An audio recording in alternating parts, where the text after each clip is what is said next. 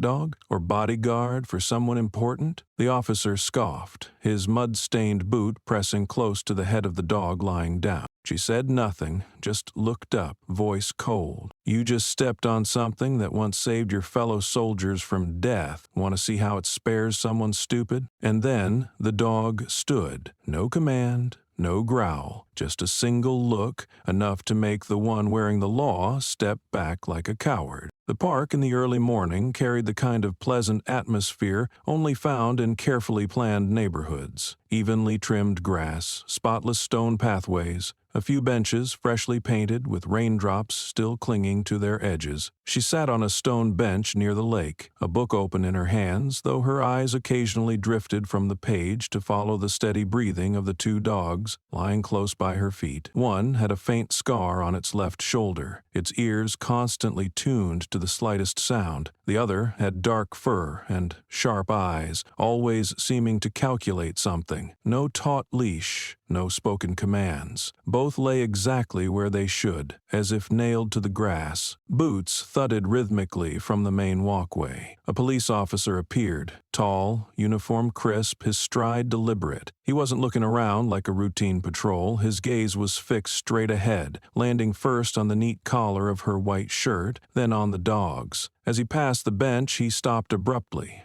No greeting. No introduction, just a voice flat and rehearsed like an order. "Where's your membership card? Or two beasts enough to get you in?" She looked up, sunlight cutting through the trees behind her, and turned her eyes amber for a moment. No startled motion, no flinch, just a calm gaze held for exactly the time it took to see that the man was searching for a reason. Slowly, she closed her book and set it beside her. "No one asked. The blonde woman over there," she replied, eyes still locked on his. That woman was walking a small, unleashed dog who darted and howled with excitement. No one stopped her, no one complained. The officer's lips curved into a thin smile. He slowed his pace, each step measuring the distance between his polished shoes and the grass flattened under her feet. Close enough now for the cheap cologne and stale cigarette smoke on his jacket to mingle, he tilted his head and murmured, "I'm asking because you're the exception, because no one here likes walking threats." One of the dogs lifted its head, no bark, just that. Its ears stood tall, eyes looking sideways at the officer, not aggressive, not wary, but as if sorting him into a category. The woman extended her hand, not touching the dog, not signaling, but her gaze had changed. No longer calm as before, it thickened, like the pause between two artillery blasts. She spoke slowly, no raised voice, no need to repeat, "I'm not here to be liked." The officer stepped back half a pace, maybe reflex, maybe calculation. He looked around as if checking for anyone recording, then shrugged. "Big dogs like these need tighter leashing. Just in case. Surprises." He stressed the last word by leaning closer, breath brushing her cheek like a dull blade dragged slowly. "Surprises," he repeated, then turned away, not forgetting to glance back over his shoulder. "Membership still required. In this area, we don't like things unclear." She didn't answer, didn't move either. The wind flipped the edge of the book lying beside her. One page was marked with a faint pencil line. "The most frightening silence is the kind that knows it doesn't need to scream to be heard." The dog stayed close to her feet, sunlight slowly shifting along the seam of her shirt, spilling onto the chipped edge of the stone bench. The woman tilted her head, watching the officer's back disappear behind the trees, then looked down and placed a hand lightly on the back of the dog to her left. A small gesture, but enough for both dogs to shift posture. Not relaxed anymore, but waiting. Waiting for what? No one could say, but it was clear they were no longer at rest. She picked up the book, not reopening to the marked page, just held it quietly as she stood. Her eyes passed over the nearby walkers. A few glances, quickly turned away. No one spoke. No one acknowledged hearing the exchange. She hadn't expected them to. She walked slowly, the two dogs keeping pace. Each step was weighed with prolonged vigilance. In this area, they might not like her, but that dislike now had a defined shape, one that spoke, wore a uniform, and knew how to create discomfort, too precise to be reported in any official record. Footpads picked up the speed, and toe ticked slowly up the outskirts of Vicksburg. The ominous buildings, shock and fear, only disconcerting the bland. Far off, a child playing with a small dog suddenly stopped upon seeing her. Curious eyes, then hesitant. The mother pulled the child's hand, whispered in its ear. They turned away. She didn't react. No expression. Just tightened her grip on the leash, though it had never gone taut. Perhaps here the only thing that needed no explanation was fear. She was used to how people feared, what they didn't understand, but being used to it didn't mean she accepted it. She looked back at the trees, the place where the officer had vanished. For a brief moment, sunlight traced a narrow line across her cheek, like a pencil stroke deliberately sharpening the edge of a face that never softened. The two dogs stood firmly on either side, like pillars. No growling, no wasted movement. But it was clear to anyone they weren't standing there because they had been trained to. They stood because they knew what lay ahead for their owner. An ordinary morning in a regulated park, but the start of days where the word ordinary would no longer mean the same. Not because someone shouted, but because someone chose to stay still. That alone forced others to move. The glass door of the sidewalk cafe reflected the slanted noon sunlight, casting shadows onto the tightly packed old wooden tables, arranged more for space-saving than aesthetics. The smell of roasted coffee mixed with melting butter on pastries, sweet and sharp in the air. She stood in line, the two dogs sitting close behind her, leash gathered neatly in one hand. A young staffer smiled as she wrapped the requested waffle, her eyes flicking briefly to the dogs with a hint of hesitation, but she said nothing. Passers-by outside the cafe glanced in. They didn't see chaos. They saw a well-dressed black woman, back straight, eyes alert, with two large dogs standing perfectly still beside her. The doorbell chimed as 3 police officers entered at once. Before she could turn her head, a voice behind her spoke loudly, without bothering to lower the volume. "Excuse us, we're checking for uncontrolled dogs. Do you have certification?" The room seemed to contract. A few customers turned to look, then quickly dropped their eyes to coffee cups or phone screens, as if not seeing meant not being present. She turned, pulled a hard plastic card from her coat pocket without wasting motion, and extended it toward the man who had spoken. He didn't take it, didn't really look, just skimmed the surface of the card before letting out a laugh. "I'm asking for the kind you can't Photoshop. Got it?" He didn't need to emphasize further. He had already leaned in, eyes fixed mockingly on the raised print reading Certified Handler Class A, then looked straight at her, as if waiting to see whether the woman in front of him would show shame. She didn't react, still holding the card, lips still. One of the dogs shifted its weight to the left leg, muscles pressing into the floor. The younger officer beside him seemed to wait for a cue, then reached down toward the nearest leash. A growl erupted, low and sharp, not loud, but enough to silence the entire cafe for a few seconds. The older officer yanked his hand back, stepped half a pace away. His eyes weren't on her, but on the dog, then turned to his colleague who had made the move. "You training it to resist law enforcement now?" It wasn't clear if he was speaking to her or to the younger officer, but his gaze returned to her as the next line dropped, quiet like a private dare. "Or do you think no one here has the guts?" She looked directly at the senior officer. Her eyes didn't flash, but her voice came out hard as stone. "I taught it to tell the difference between real danger and fake authority." Each word landed unhurried but with no wasted breath. It wasn't a comeback, it was a blade slicing through the illusion of control. No exclamation, no fear, no attempt to diffuse. Just calm, precise enough to unnerve because it couldn't be manipulated. A customer near the counter stepped all the way outside, hand on their phone. No one stopped them. No one said a word. The cafe staff began clearing trays off the counter without looking directly at anyone. All 3 officers remained in place,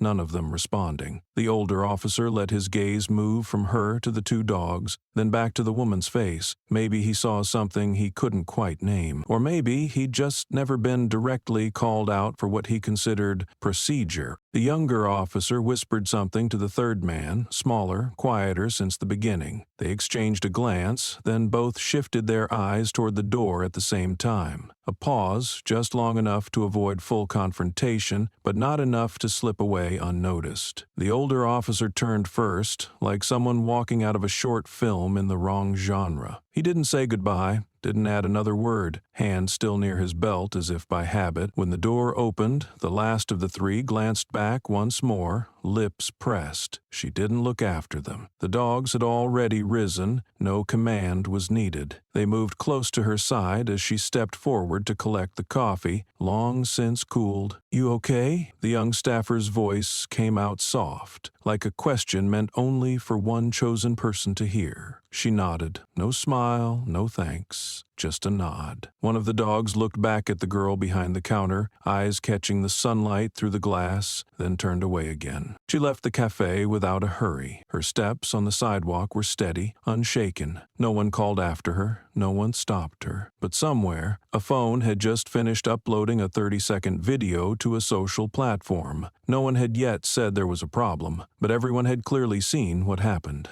She walked straight toward the park. The dogs moved evenly at her side, leashes loose, no tension in her hand. Her eyes didn't leave the path ahead, but her ears caught the shuffle of footsteps, a quiet laugh, the creak of the cafe door. Every sound was being filtered through instinct, sharpened long before she was ever forced to stand still in front of a man with a badge. At the second corner, a boy ran past, holding a tennis ball. When he stopped and looked at the dogs, his eyes weren't afraid, just curious. She paused, nodding lightly at him. One of the dogs turned, watching the child, not growling, not stepping forward, just standing, as if waiting. The boy smiled, then ran off. She watched him go, something in her gaze like a breath held but never fully released. Behind her, 3 men in uniform stood under the sun. One of them looked at a phone. Maybe they were watching the clip. Maybe calling the station. Maybe rewriting what uncontrolled dog meant. But none of them walked back toward the cafe. Ahead, an empty stone bench appeared, half shaded by a leaning tree. She sat down, placed the coffee cup on the armrest, eyes looked forward. The dogs lay on either side of her. A light breeze moved through. The smell of butter still lingered from inside. She opened the lid of the coffee, steam rising slowly. Across the street,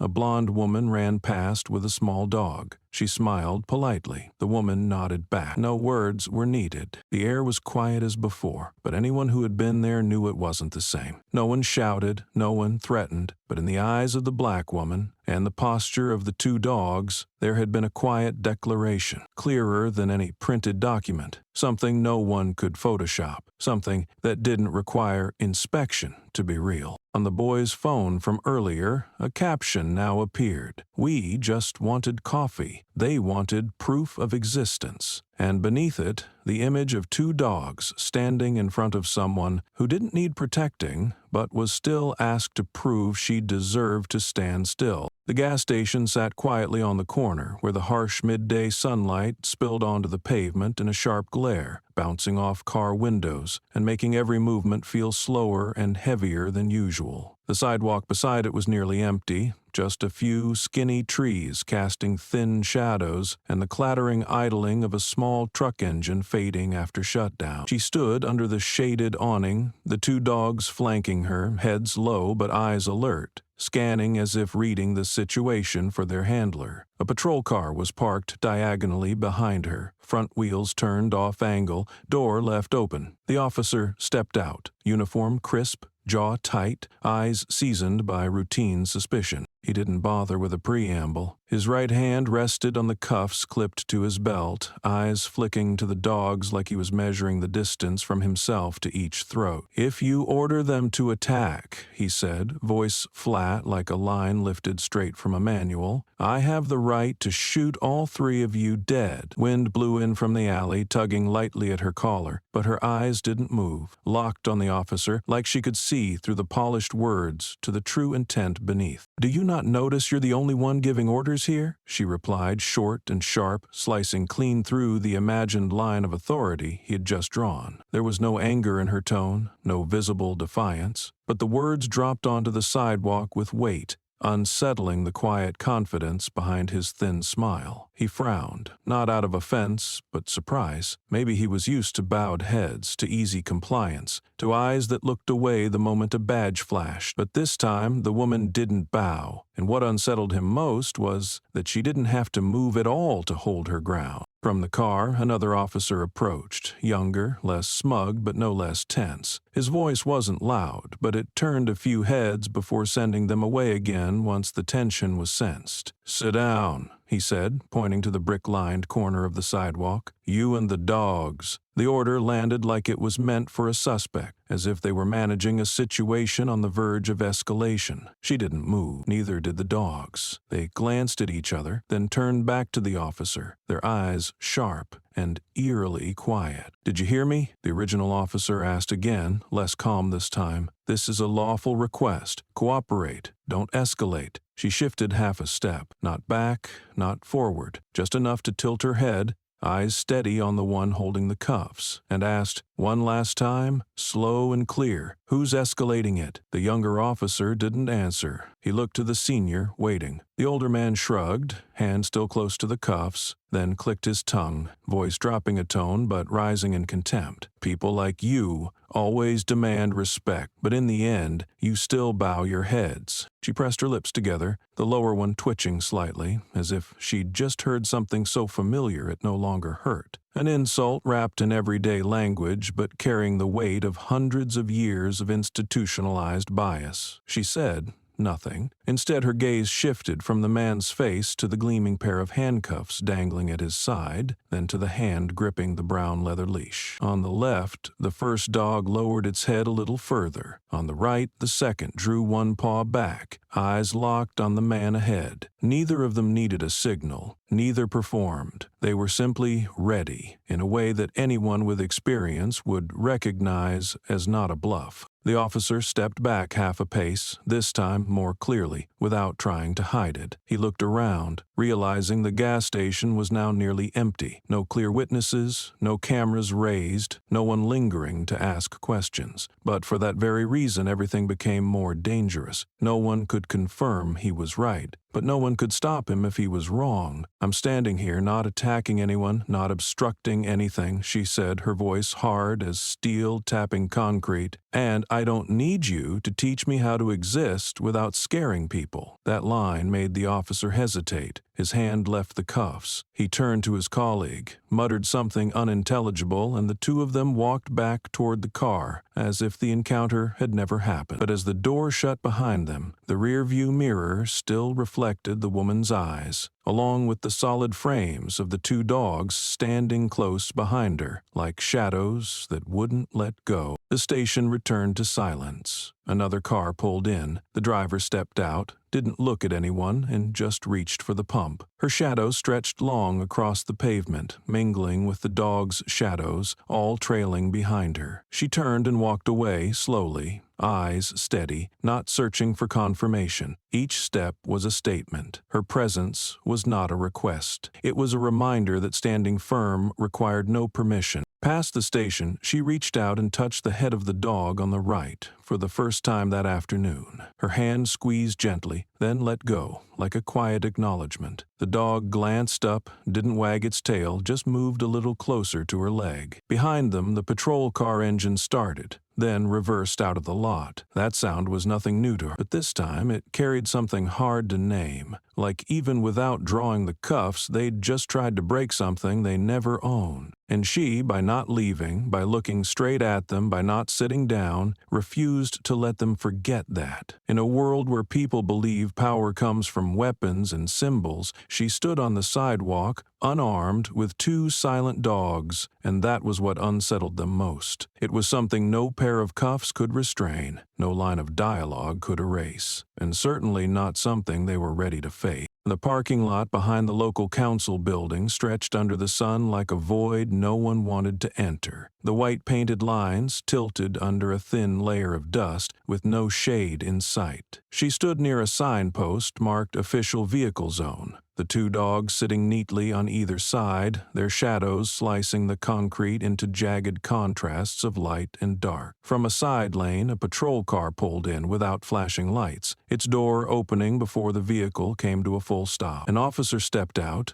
not in full uniform, outer shirt tied around his waist, gait uneven but eyes sharp enough to lock on to his target. He looked around, then walked toward her as if fully aware of what he was about to provoke, and doing it anyway. Just 3 steps away, he nudged his foot into the right leg of the nearest dog. Not hard, not painful, but enough to spark a reaction. The dog didn't bark, didn't growl. It stepped back half a pace, then instantly shifted sideways, body turning squarely between her and the man like a living shield. The move needed no command, no thought. It didn't attack. It simply chose to block. The officer let out a dry laugh. There was no joy in it. It carried a strange edge, half triumph, half mockery of himself for failing to provoke. He bent slightly, speaking just loud enough not to be whispering, but not exactly public either. Smart dog. Still just a dog, though. Doesn't know the law. In that instant, his voice seemed to slide off its target, hitting the hot surface of the lot and echoing back as a reminder of power that didn't need validation. The woman remained still, her hand resting lightly on the collar's leash loop, like touching something long familiar. Her gaze changed color. Not the brightness from earlier, but something heavier, like a shadow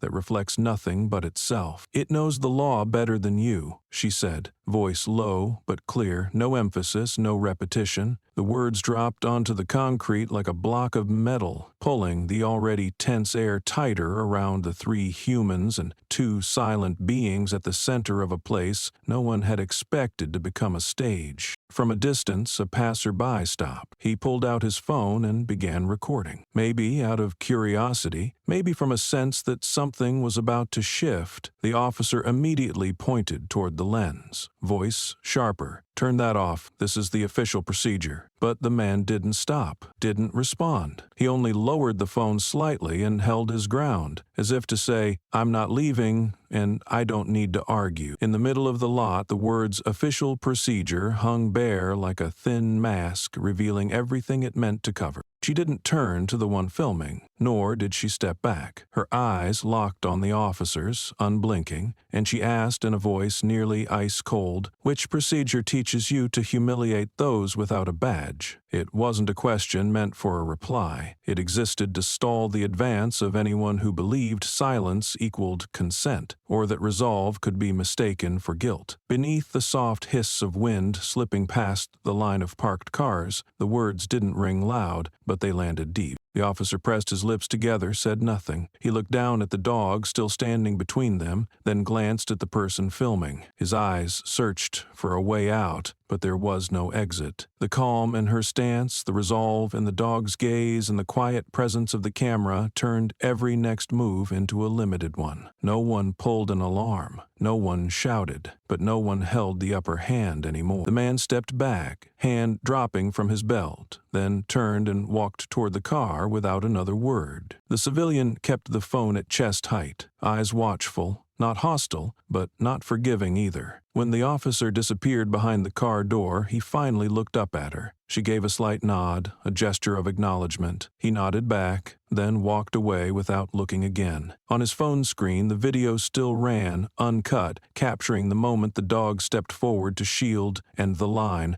"It knows the law better than you." That alone was enough to make any viewer pause a few seconds before scrolling on. She turned to the dogs, fingers tightening slightly around the leash. Not to restrain, but as if to say that even if no one called it right or wrong, the 3 of them still stood on the same side. The parking lot returned to its empty stillness, but its surface now held the imprint of an encounter no report would ever record. She walked on, the dogs beside her, and the angled sunlight stretched their shadows long behind them, a reminder that composure can be the sharpest challenge one presents to presumed authority. That was how she moved through places like this, not evading, not provoking, just existing, with the full weight of someone who needed no permission to stand tall. The sound of the school bell rang out from behind the iron gate, echoing through the thick, late afternoon air. Children poured out, voices blending with the scrape of wheels on pavement, parents calling names, footsteps rushing down the sidewalk. Riverside Elementary sat in a quiet neighborhood not far from the district administrative station, fenced off, staffed with security, and marked by a bold red-letter sign, "Safe Zone, no entry without appointment." She stood at the edge of the curb, leaning slightly against a lamppost, the two dogs beside her, heads low, leash loose in her hand. The children running past weren't stopped, weren't called back, but when she stepped half a pace forward to look through the gate, two patrol cars appeared almost simultaneously, blocking both ends of the street. 3 officers exited, no warning, no hesitation. One spoke into his radio, one gave hand signals, and the third walked straight toward her, eyes scanning the ground before stopping at the dogs. "Stay where you are," he said, voice not loud but laced with implication. One of the officers behind him had already started speaking into a radio. She didn't move. Children kept spilling out, in clusters of 3 and 5. Laughter and conversation tangled with the sound of horns, but the space around her seemed to detach from it all, suspended in silent tension. A door opened from the main building. A woman in a striped dress with a name tag rushed out through the gate, her steps just shy of running. A teacher. Her face showed both confusion and concern. She looked round and raised her voice, trying to push it through the space between the woman and the officers. "She taught my students last week about service dog training. She was invited here." The eldest officer in the group, someone who looked more used to giving orders than hearing explanations, cut in almost immediately. "So, being a guest means you're exempt from ID checks?" His words came out like a protest wrapped in law, a justification draped in suspicion. The woman reached into her coat pocket, pulled out a deep blue card with silvered trim, the Department of Defense seal faintly embossed, the name slightly faded in one corner. She held it out with one hand, eyes fixed on the officer who had interrupted the teacher. He took it,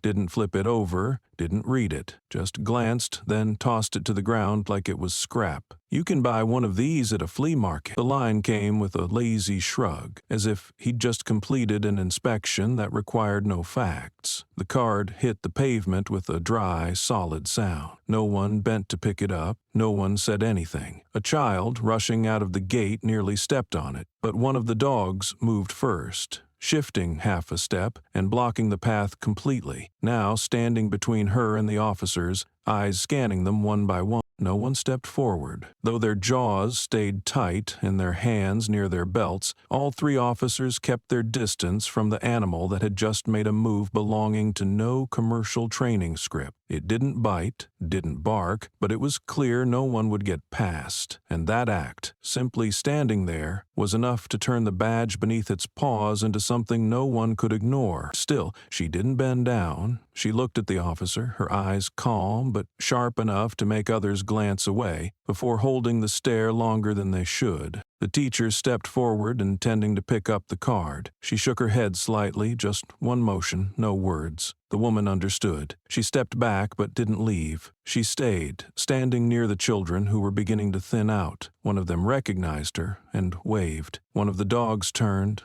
lowered its head. Eyes were softer now. She didn't wave back, but gave the faintest nod, just enough to show who the person standing in front of the 3 officers really was. Not someone who needed defending, but someone who had never needed validation to do what was right. The officer looked at the card again, this time with a flicker of hesitation. Maybe he was beginning to realize the past few minutes had left the bounds of protocol. Maybe he'd seen the eyes of the bystanders in the distance, or the glint of a phone camera, or maybe he'd simply sensed something in her silence he didn't want to name. But he didn't apologize. He turned away. The other officers followed quietly. They retreated under the mask of indifference, as if all they'd done was check a bus ticket that happened to be a little too official. The card still lay there, face up, the Department of Defense seal catching the late sun. The dog stayed beside it. Its eyes didn't blink. She stepped forward, stopped next to it, said nothing, gave no cue. The dog looked up, shifted slightly to the side, then lay down again, head resting on its paws. She bent, picked up the card, and didn't brush off the dust. Her eyes were still heavy but not angry. She slipped the badge back into her coat pocket, then turned to the teacher and nodded. They looked at each other for a long moment, then both walked away,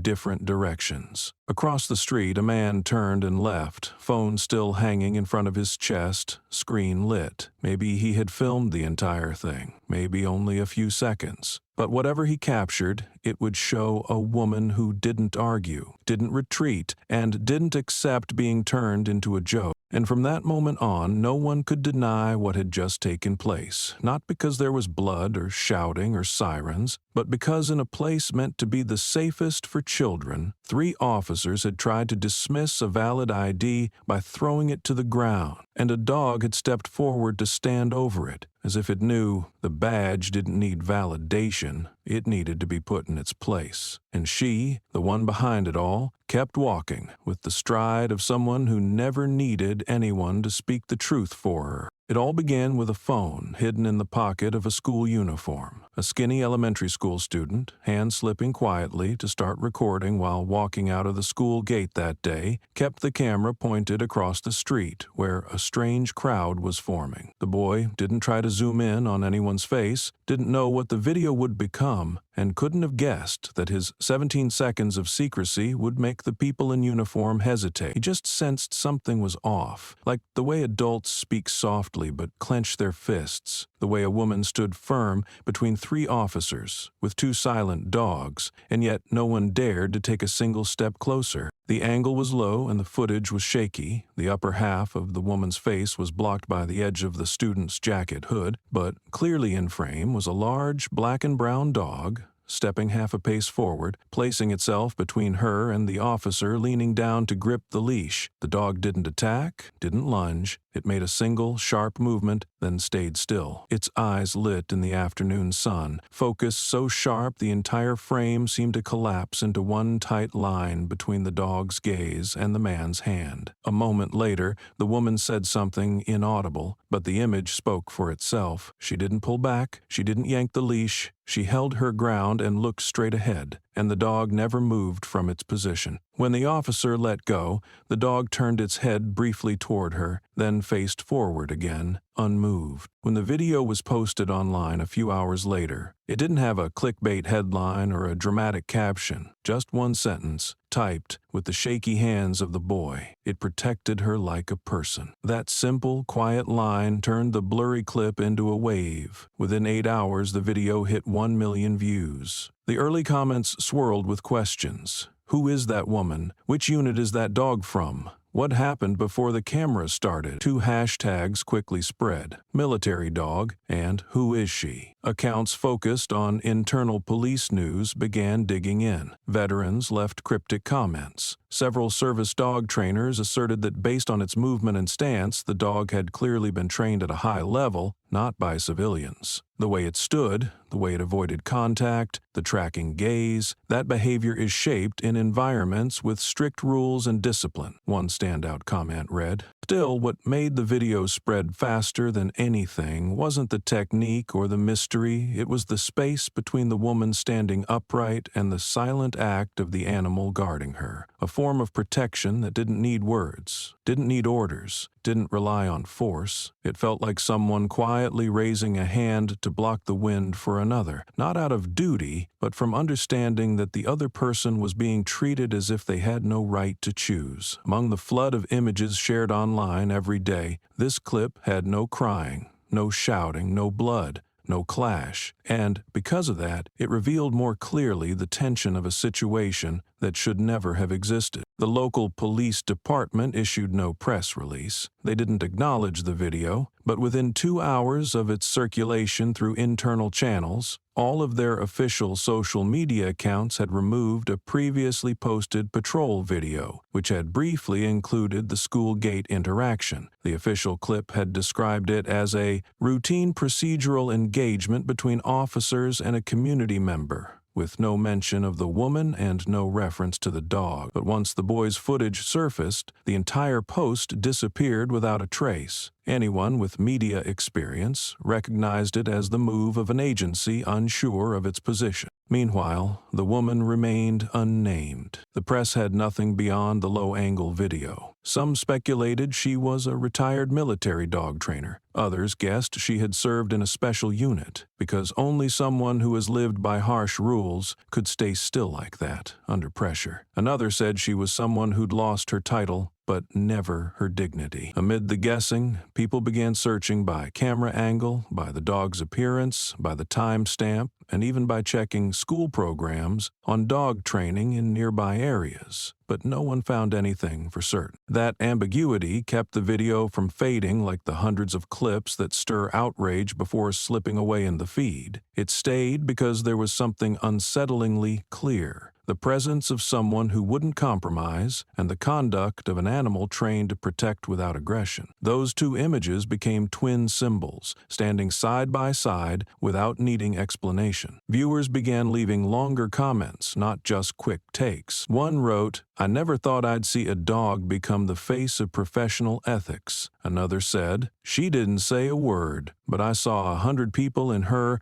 people who were told to step back because they had no verified identity." Within a day, the clip was reposted across more than 50 platforms, edited, reacted to, and analyzed, but no one could overwrite the original feeling those raw 17 seconds delivered. It didn't spark explosive anger. It settled heavily over viewers with a question no one wanted to answer directly. Why does a woman need a dog just to stand still in public? And why, even when the dog only stood in front, did it still make the uniformed men back away? She didn't comment on the video when it spread, or if she knew, she didn't respond. She kept walking the same streets with the two dogs beside her, keeping pace as if no one had spoken her name. But from that moment on, each of her steps became a signal. Every glance from the dog read like a reply, and the silence around her drew more attention than ever, because now she was no longer anonymous. She was the woman the dog stood in front of. And in a society like this, that alone was enough to make people afraid. Not because she was dangerous, but because she made them ask who really needed protecting. The phone screen rested steadily in a calloused palm, knuckles darkened by years of holding a rifle in the field. Light from the video reflected in his eyes, pupils narrowing, as if recognizing something familiar before memory could name it. It was the moment the dog stepped forward, placing itself between the woman and the office, reaching for the leash. Every motion in that short clip needed no fast forward, no pause. He had seen it before, under conditions 100 times harsher. The way it pivoted, shifted weight, took one exact step to block, no more, no less, was something that couldn't be faked. There was only one place that trained that behavior, and he knew it well because he had served in that unit, with that dog and with that woman. He paused the video, tapped the frame gently with a finger. The woman's face was hidden behind the dog's shadow, but the way she stood, the relaxed grip on the leash, the steady eyes fixed on the officer whose hand hovered near his belt, none of that had changed. No title needed, no badge, just being in the right place at the right moment without backing down. He set the phone on a scarred wooden table, leaned into his chair,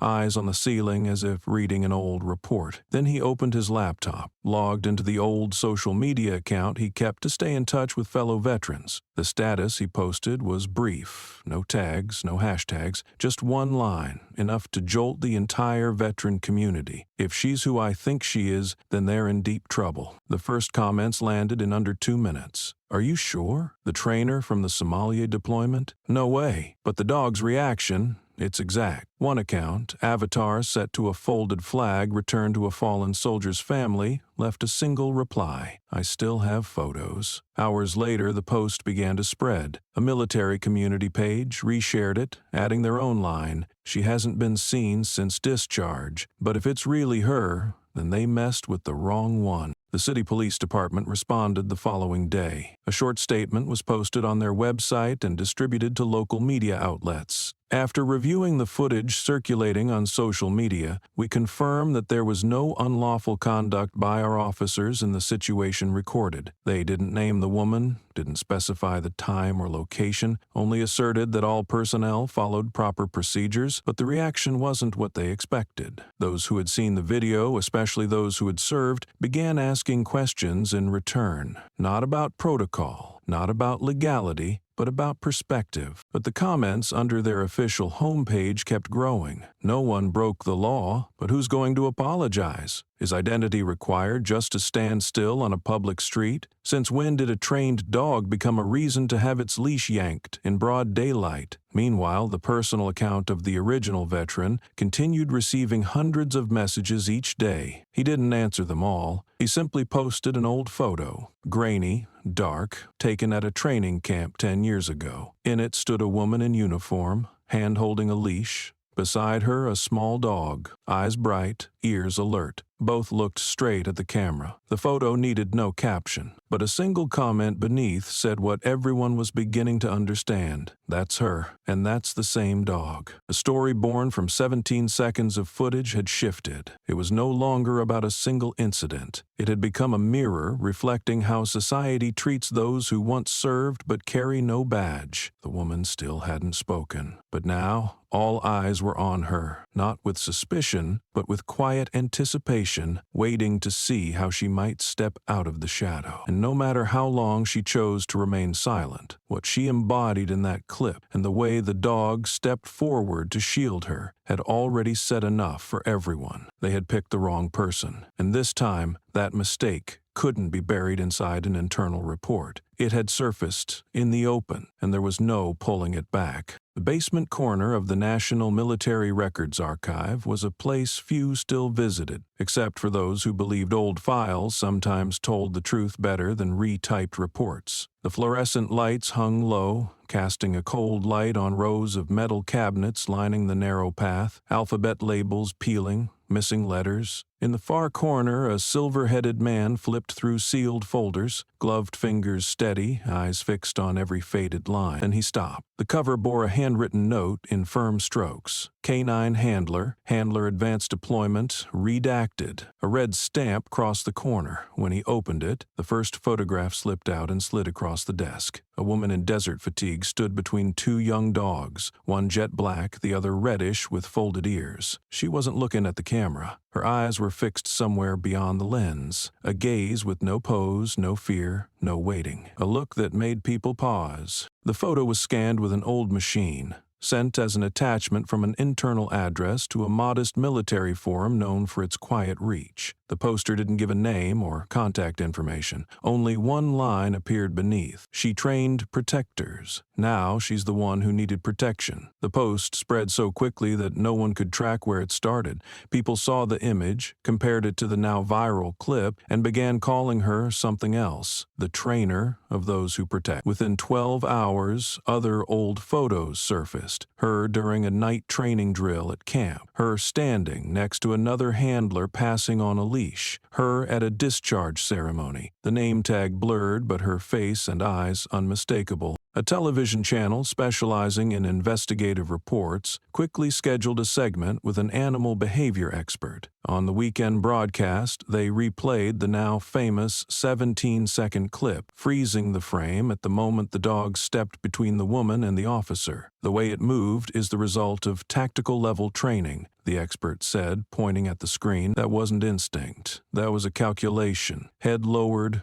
weight evenly shifted, body squared to block. That's not a civilian-trained dog. The host asked, then what kind is it? The answer was short, military canine, and whoever trained it had to be someone from the front line. From that moment on, everything began to shift. On political, legal, and national security forums, the question was no longer who is the woman in the clip, but why was no one protecting her when she once trained those who protect others? Analyses of the officer's behavior that day became sharper. It was no longer called a procedural response. People began questioning systemic bias, asking why identity is labeled unclear when it doesn't come with the skin tone, accent, or symbol society has grown used to. Meanwhile, the woman still hadn't appeared. She gave no interviews, confirmed nothing. Major news outlets sent messages, emails, representatives, and even offers for exclusive paid interviews. All were met with silence until the message came from a personal account. Not media, not a stranger. The sender was a name she had kept stored in old memory, a teammate, someone from the same unit. The message was only 10 words. We promised we'd never let anyone touch the truth. She read it in the early morning as the 2 dogs still slept at her feet, first light brushing the edge of the window, illuminating the calluses along her hand. She didn't reply. She didn't turn on the TV, didn't check social media, but when she placed her hand gently on the head of the dog on her right, she nodded slightly, as if telling herself, no one gets to twist what you've spent a lifetime guarding. From that day, her silence became a signal. Those who had known her began to speak. They didn't take credit, didn't use names. They simply recalled events, a training session under extreme weather, the evacuation of a unit under fire, the explosion that day, and the dog that saved 3 men by charging out of the blast zone at the 13th second. All pointed to one thing: she never needed recognition, but no one should mistake that for insignificance. The noise died down, but the weight deepened. One person wrote, "I once saw her train dogs in conditions no one else would even stand near. She didn't teach them loyalty. She taught them when silence is necessary and when it isn't." She still said nothing, but her presence no longer lived in doubt, and those who had seen the dog step forward to block the wind now understood. That act wasn't instinct. It was the outcome of something long, deliberate, and quiet, shaped by someone who didn't need medals to know she was doing the right thing. And that, more than anything, is what unsettled this society, because it couldn't be erased, couldn't be wrapped in policy, and couldn't be dismissed like another headline. Ha. The woman from the 17th second clip had become the shape of memory, of things thought forgotten but still powerful enough to stop people mid-scroll. She didn't need to speak. She only needed to exist, and that existence, in a society that keeps trying to erase those who once stood on the front lines, was a deeper statement than any official declaration could ever be. This was not an ordinary woman, and thinking that was the first mistake. The studio was simply arranged, soft lighting falling from overhead fixtures to create an intimate yet serious tone. A long, light gray fabric sofa, a clear glass table with 2 glasses of water. Everything was placed to keep the viewer's focus on the content. The late-night talk show airing that evening was titled Power Without Uniform, a topic rushed into production 3 days after the 17-second clip ignited social media, along with resurfaced military records. The host was a familiar face to night viewers, with intelligent eyes and a precise speaking style, known more for sharp framing than emotional appeal. Before the red light on the camera turned on, he glanced once more at the cue card, then looked up. "I'm going to ask directly. ... That night's guest was a scholar in sociology and public policy, known for writing about systemic bias. She sat with her back straight, hands away from the glass, her eyes meeting the audience, as if speaking to thousands behind the screen. The host asked the first question just after the video replayed. Why do we stay silent when a black woman is doubted, questioned, stopped on the street, but only react when we find out she was military? The question used no harsh language, made no accusations,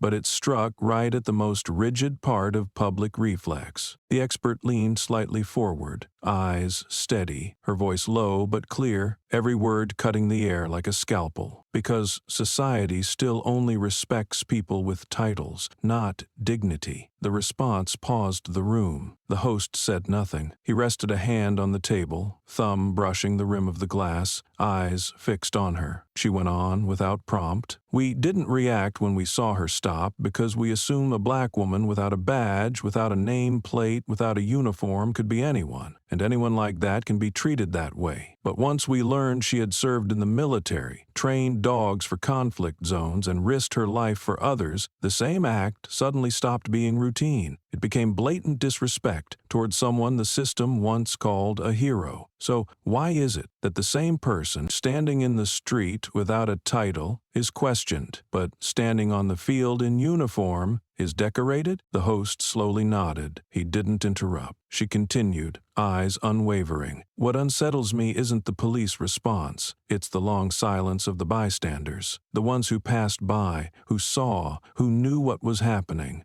but chose to walk faster. And then, those same people, when they saw her photo in uniform, shared the clip with proud captions, as if they had defended her from that humiliation. Another clip played, this time featuring a veteran's remark from a previous interview. She didn't need anyone to verify her. The way she stood did that. The line was repeated across the internet, becoming the lead-in for countless articles, editorial cartoons, image edits, and long podcasts analyzing body language. The host finally spoke after nearly 10 minutes of letting the guest talk. So, ma'am, if we live in a society where a title outweighs dignity, is there any way people without uniforms can still be seen clearly? The expert didn't answer right away. She looked straight into the camera, eyes sharp, voice steady. We have to start with the smallest thing. See someone being treated wrongly, and don't look away. No need to shout, no need to be a hero, just don't stay silent. She doesn't need to be celebrated for her past, she just needs not to be buried under suspicion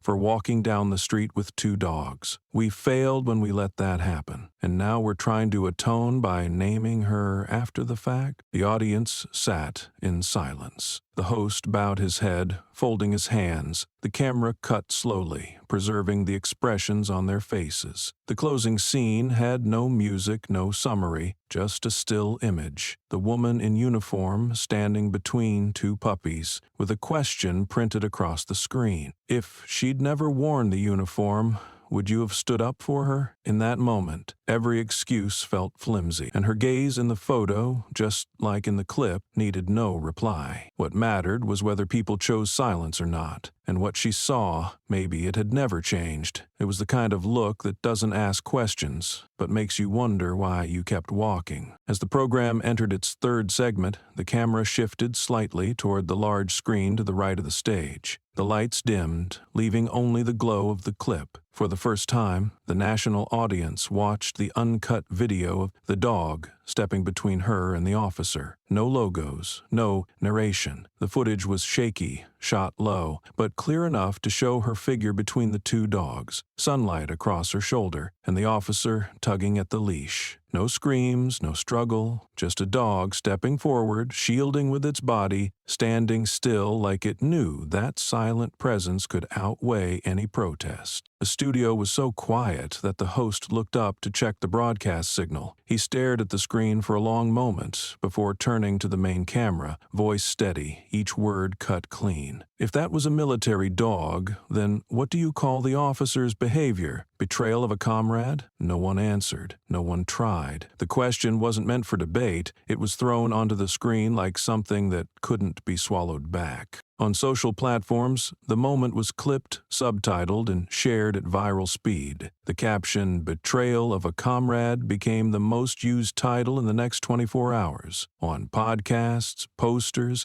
even signs at a small rally in front of City Hall. People stopped asking about her origin or the dog's past. They started reviewing the records of the officers in the clip, not to learn, but to challenge. And now, those challenges didn't sound like suspicion. They sounded like fury. A dog protected its handler through trained instinct. A woman who once wore the uniform was treated like a suspect. And when that truth aired during prime time, no one could say they didn't see it. No one had an excuse to stay silent. The woman's gaze from the clip had become a symbol. Wordless, still, but powerful enough to force a society to answer whether it can still tell the difference between loyalty and betrayal. In the inbox of an independent newsroom tucked behind an old residential block, where the printers still hummed every morning, an editor received a short message, sent from an unnamed address. No profile picture, just a military region code. The first line was simple, like a whisper across time. I don't want my identity revealed, but there's something you need to know. Below that were 2 paragraphs. Not long, no references, not written like a story, but more like an internal report. Cold, concise, but enough to make the reader stop mid-motion. Home of the 2 dogs was injured while saving American soldiers during an IED blast. That was the opening.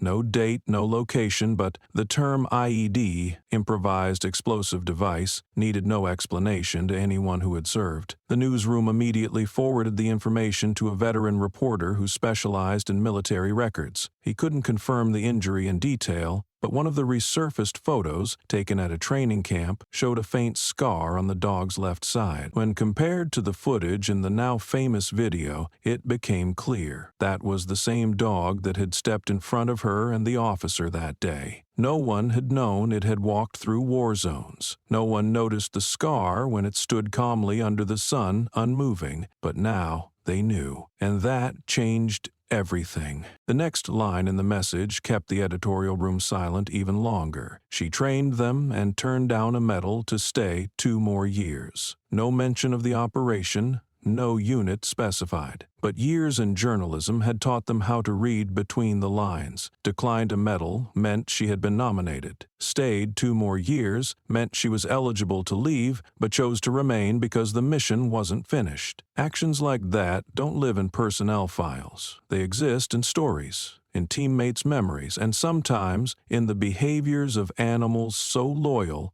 they force people to rethink the boundary between humans and other species. Once the message was partially verified and the newsroom decided to publish, they didn't lead with clickbait. The article went live at midnight, with a headline of just 8 words: "The dog that blocked the man was military." The story never mentioned her name, never stated outright who she was, but it listed the evidence: the scar, the stance, the weight shift, the unwavering stare. Interviewed military dog trainers confirmed that it was a response only seen in combat tier training. No civilian school produced that kind of instinct. It only came after hundreds of hours in conflict zones, where every move had to mean survival. A commentary published afterward, widely reshared by veterans, posed the question head-on: if a dog once saved American soldiers, then why was it yanked by the leash in the middle of the street? And if its handler refused a medal to stay 2 more years, why did she have to show paperwork just to stand still on a sidewalk? These questions weren't seeking answers, they were thrown straight at the reader, forcing them to confront the gap between what we call gratitude and what we actually do when faced with someone who doesn't fit our idea of who is deserving. No one in authority confirmed the information in the article, but no one denied it either, and no official rebuttal was issued. In journalism, that amounts to an unspoken acknowledgement. The story began to shift in shape. Now, the 2 dogs were no longer just animals being walked by a nameless woman. They carried history, they carried wounds, and they bore witness to a truth that had never fully been told. Clips from earlier incidents were stitched together, from the early morning park to the gas station to the school gate, then to the parking lot behind the city council chambers. In every scene, the scarred dog consistently took the shielding position, head lowered, shoulders loose, eyes fixed on whoever moved toward its handler. People began noticing the behavior, and then realizing it never changed no matter the situation. A documentary filmmaker observed, "What I see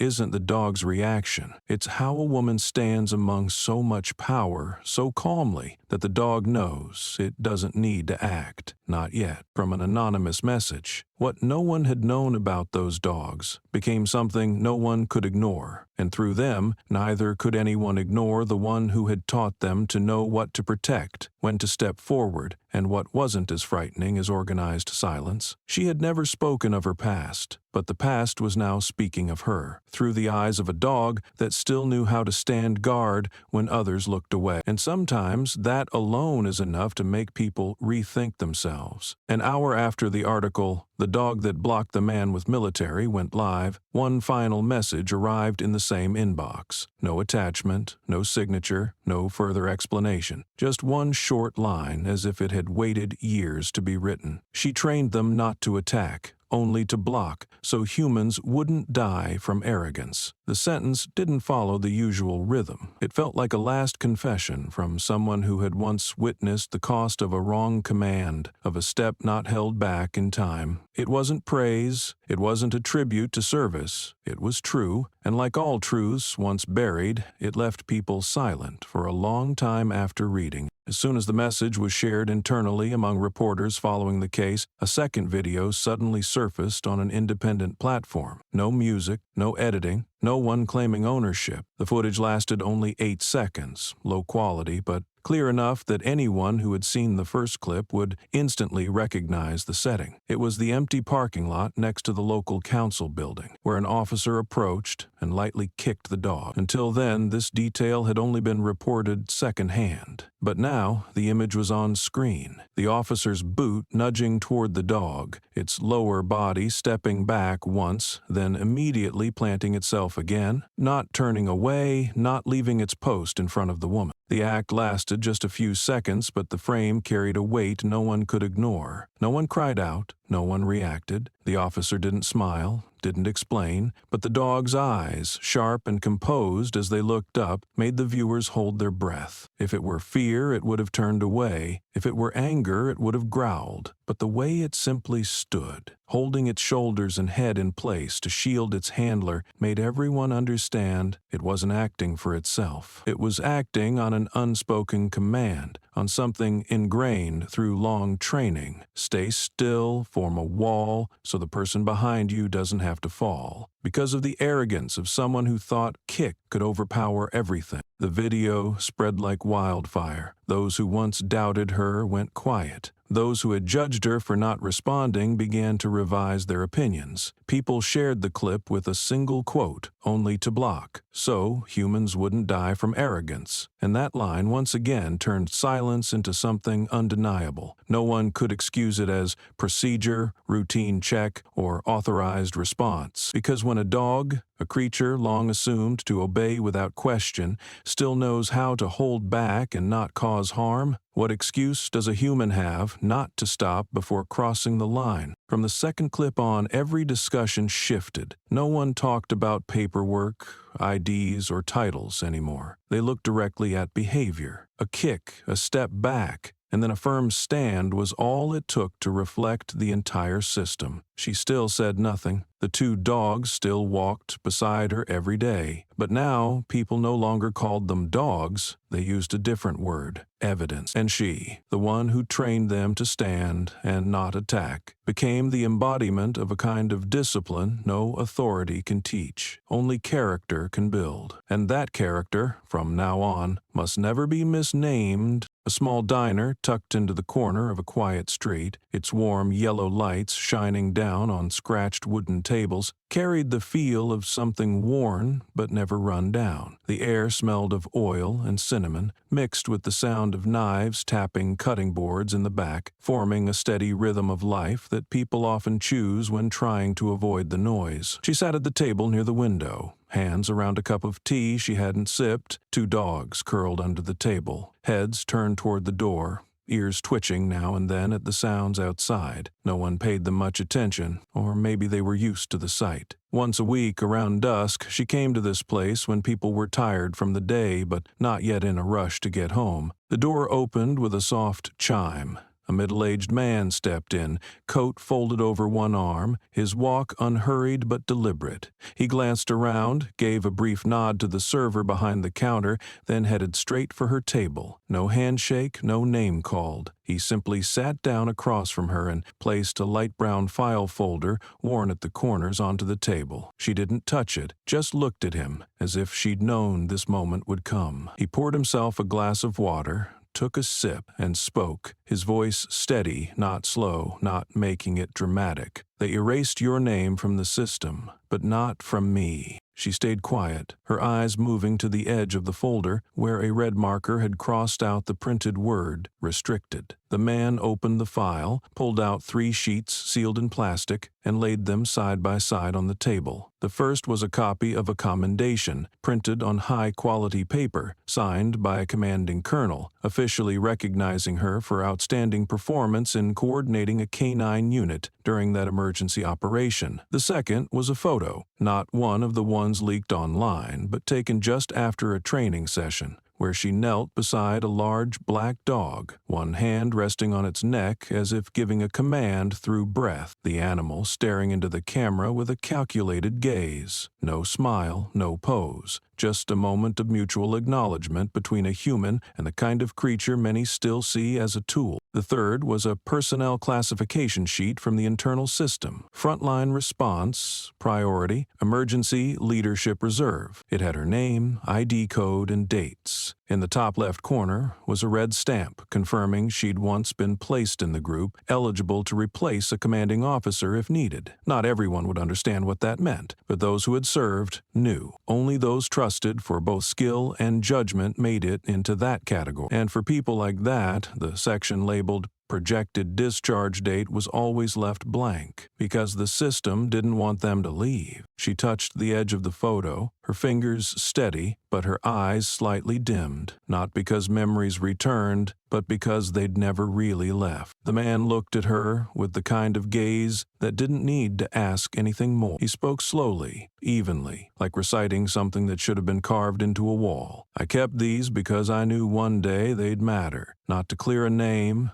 not to ask for an apology, but to remind people that there was someone who did the job right in the worst of times without needing a title, just like the dogs you trained, not needing applause, just needing to be in the right place." She gave a small nod. "No, thank you, no asking why he brought it now. Some things don't need a clear reason. When trust still exists, showing up at the right time isn't a miracle, it's a natural duty." She gathered the 3 sheets, placed them back inside the file folder. The man pushed it toward her, then leaned back in his chair, eyes drifting toward the window. Outside, the street lights had just come on, casting a yellow glow across the back of the dog lying with its head on its front paws. It opened its eyes, looked at her, then at him, as if confirming one last time that everything was now in place. The conversation ended with no wasted words. The man stood, gave a nod, then left the diner, his pace unhurried but sure. She sat a moment longer, then took the file and opened it again. Her fingers paused on the photo, not because she wanted to see herself, but because in the eyes of the dog in the picture, she saw something no one else could read. Trust without a signature, just like the way she had lived, and just like the reason those animals still shielded her from the wind even now. He'd been gone a few minutes, but she stayed in her seat, eyes fixed on the 3 sheets spread out before her. The photo, the commendation, the classification paper, each one a quiet fragment of an identity others had tried to twist, blur, then finally erase. None of the pages had bold colors or listed dramatic achievements or moments of life and death, but in them was something no system could recreate once it had tried to discard it. Validation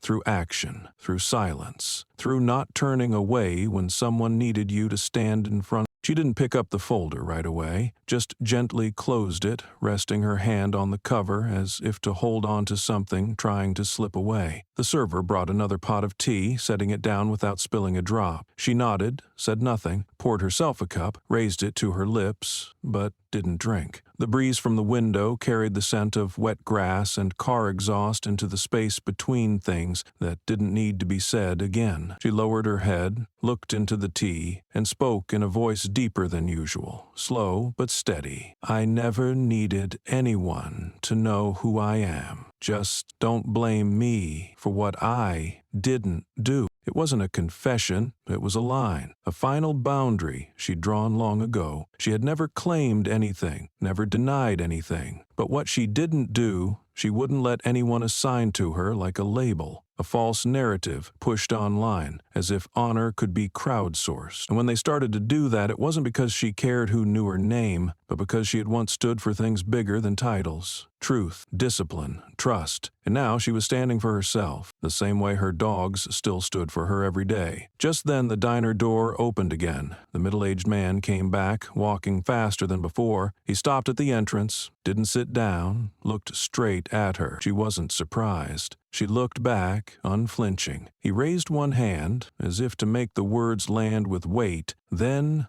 "Let me say it for you." No more explanation was needed. Between them, everything had already been exchanged. The man left again, and she lowered her head, for the first time touching the file as if it were a part of her, not to hold on to the past, but to prepare for the present, where her silence could no longer be mistaken for consent. And if she chose to stay quiet, someone would speak, not to defend her honor, but to protect the one thing she truly cared about, truth, not twisted into a tool, just like she had taught the dog, not to react loudly but never to back down. The internal meeting room of the police department sat on the 3rd floor, with frosted glass walls. Leather chairs arranged in a U-shape around a long table lined with a digital board. No reporters, no official cameras, but everyone knew. What happened today would be recorded, and would reach the places it needed to. Since the second video spread, clearly showing the moment the officer nudged the dog with his foot, public pressure had forced the department to hold an urgent meeting under the label of Operational Dialogue and Behavioral Transparency. In essence, it was an unspoken disciplinary session, where questions had to be answered in institutional language. Among those present, no one looked at ease. Not out of guilt, but from the discomfort of being forced to explain things that once went unquestioned. The officer involved sat near the end of the table, uniform buttoned, back pressed to the chair like armor against what was coming. When his turn came, the question was direct. "Why did you kick the dog?" No hedging, no emotional framing, just as clear as the sound of a pen tapping against the wooden table. A moment passed.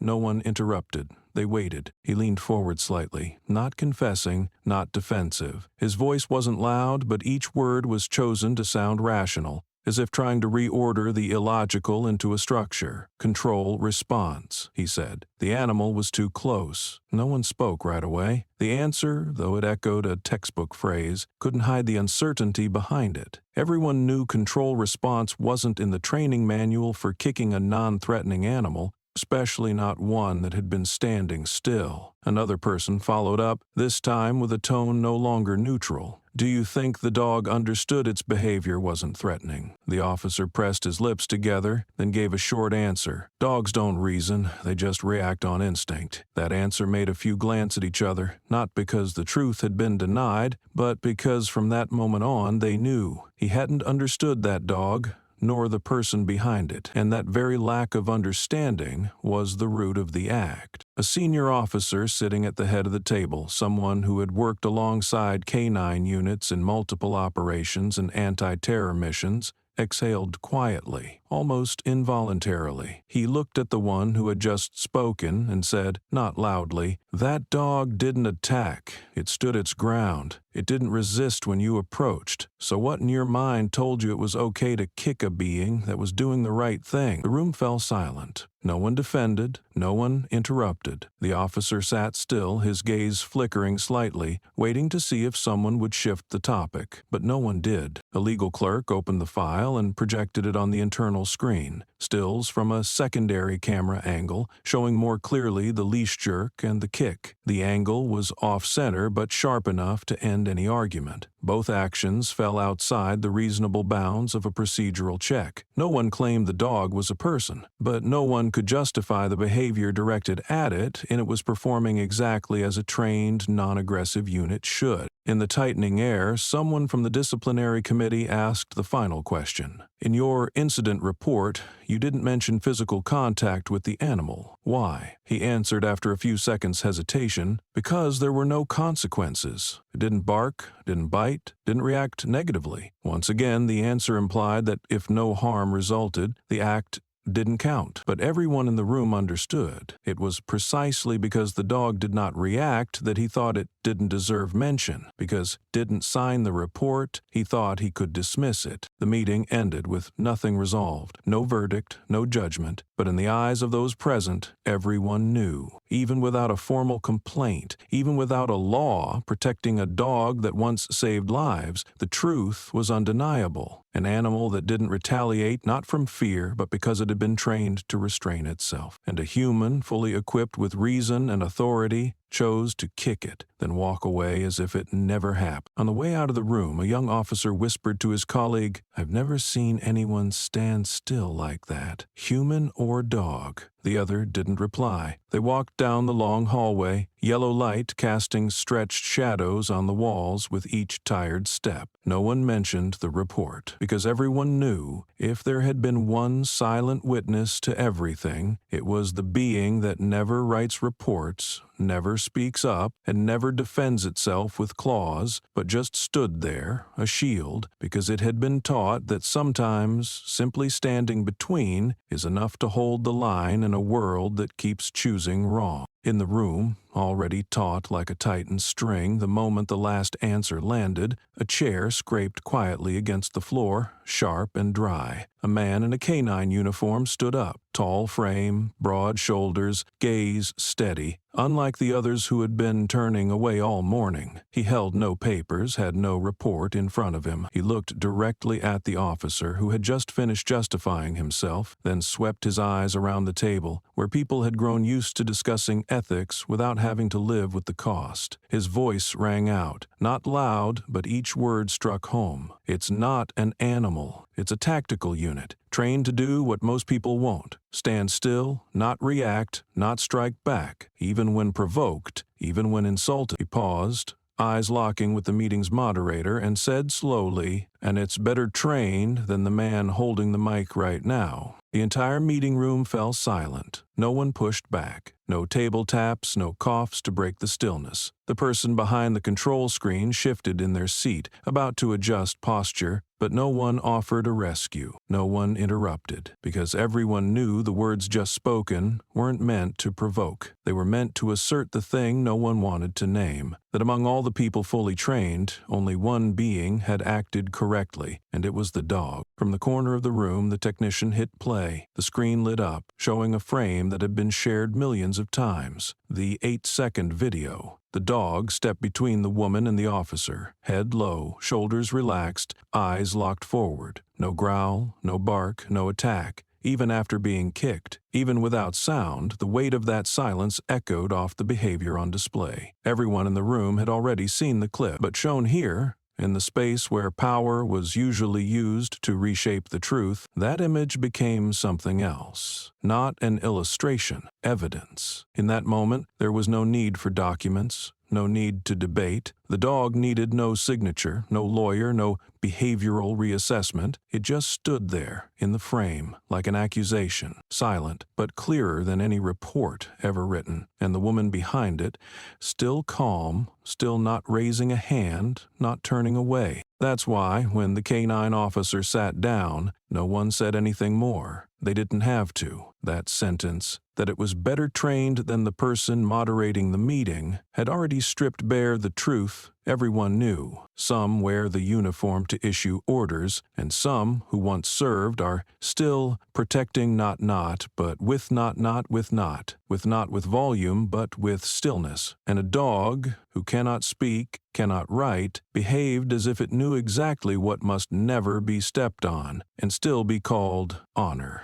The gathering took place in a renovated warehouse turned into a small meeting hall on the outskirts, where there were no media cameras, no sneaky reporters, and no one needed to explain why they were there. Folded flags hung on the walls, along with black and white photos of dogs who never made it back from unnamed places, and tiles worn down by time. The ceiling was low, long wooden tables lined up together, old metal chairs still clean as if wiped down with a quiet kind of respect reserved for meetings like this. The middle-aged man who first posted the line, "If she's who I think she is, then they're in deep trouble," was the one who organized it. There was no stage, just a small table in the center with a teapot, a thick folder, and a stack of papers bearing a single bold line in the middle. "If silence is betrayal, today we stop here." Each person who entered nodded instead of speaking. There were no formalities, no speeches. They were people who had once held the leash on the edge of life and death, people who knew what it meant to give a command with a soft wrist squeeze, or stop an animal from charging with just a footstep across its path. They didn't call each other heroes. They just knew. Some people never got mentioned, but had done the work of many. And she, the woman whose name had been erased from the system, was one of them, maybe the clearest one. Everyone received a slip of paper. No signature, no heading, no sender. The message was printed in coarse black ink on recycled paper. If silence is betrayal,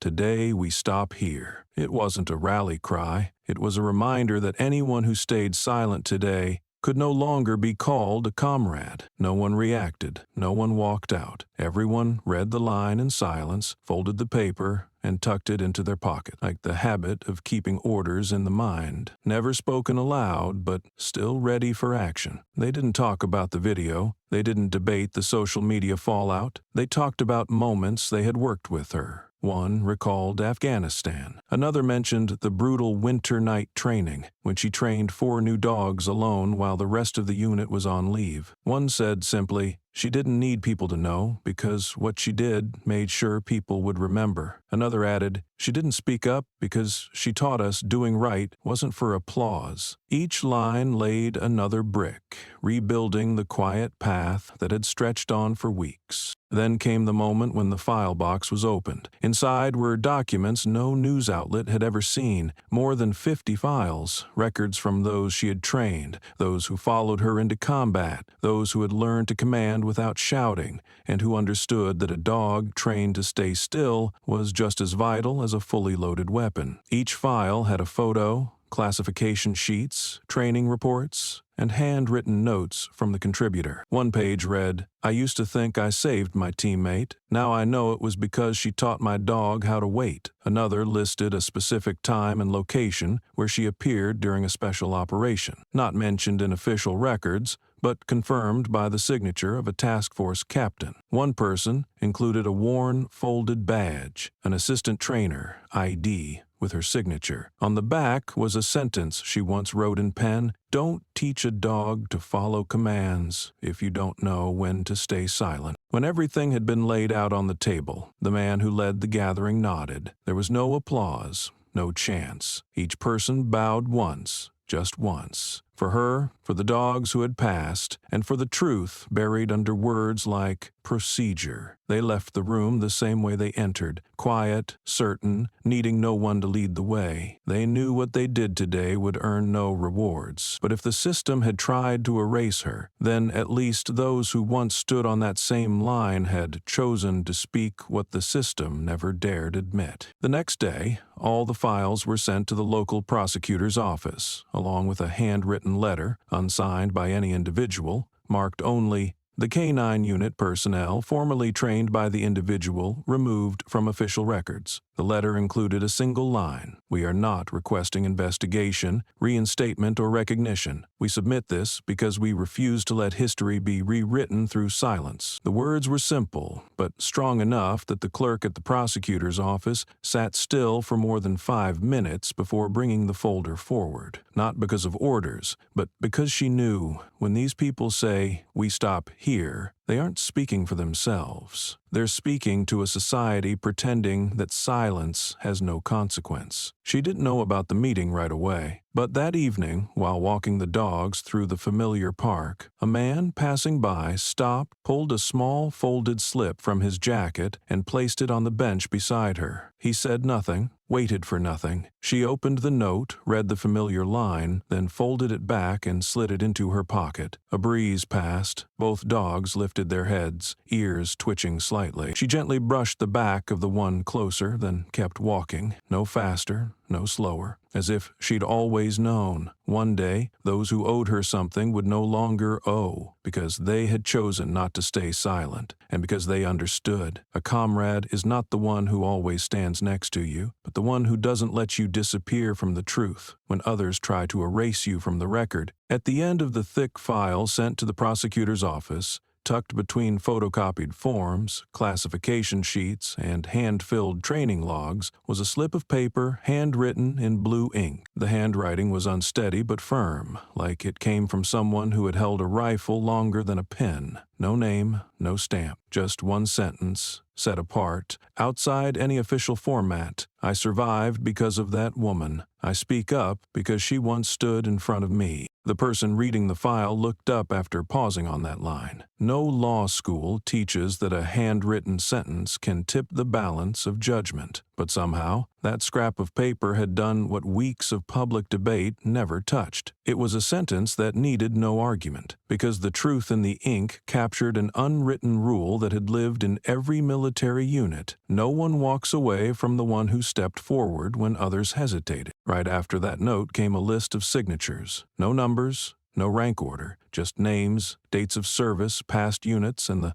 length of time they had trained under her. The list stretched across 3 full pages, single-spaced, every name a marker not of glory but of recognition. Some had left the military 10 years ago. Some were still stationed overseas. Some had been discharged due to injury, but all left their names. No disclaimers, no demands for justification, just a collective presence to prove that the woman erased from the system had never been erased from them. Beneath the final page, there was no closing note, no request for action, only a single line typed in bold, block letters. Any report that excludes this trainer is incomplete. Any investigation that ignores this truth is unethical. The police department received a full copy of the files within 2 hours of the prosecutor's intake. They held a closed meeting that same day, but no one denied anything. No official statement was issued, because for the first time,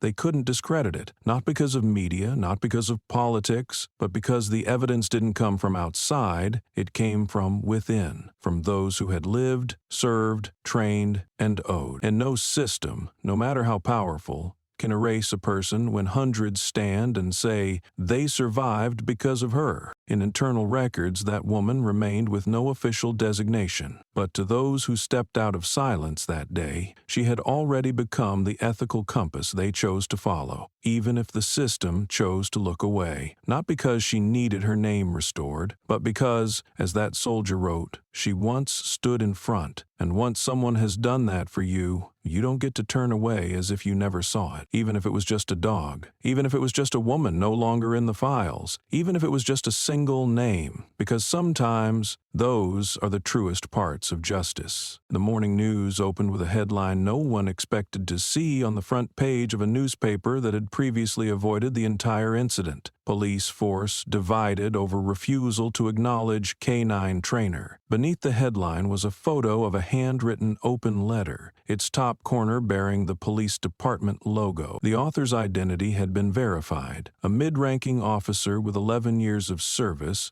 no disciplinary record, and a commendation for timely intervention in an armed arrest. The letter wasn't long, only 3 paragraphs, but the opening line alone made badge holders look at themselves differently. I wear the badge not to cover for a teammate's wrongdoing. That man submitted his resignation at the end of an internal meeting after the video of the dog being kicked was played for the 3rd time without a single member of leadership directly acknowledging the misconduct. He didn't make a noise, no interviews with the press, but someone sent the letter to an independent news outlet, and they did exactly what was needed. They published it without editing a single word. In it, he wrote plainly, "I'm not leaving the force because I've lost faith in police. I'm leaving because I can't stand next to people who choose silence while watching a teammate disgrace our discipline by kicking a dog that once saved lives. Honor isn't about where you stand. It's about whether you step forward when you see something wrong." The letter spread at an unexpected pace. It wasn't confined to protest groups or watchdog organizations anymore. It was reshared by fellow officers from other districts, other states, even those who had left the force. Many added simple notes under their reposts. You can't protect the public if you keep protecting lies. Another wrote, dogs know the difference between threat and safety,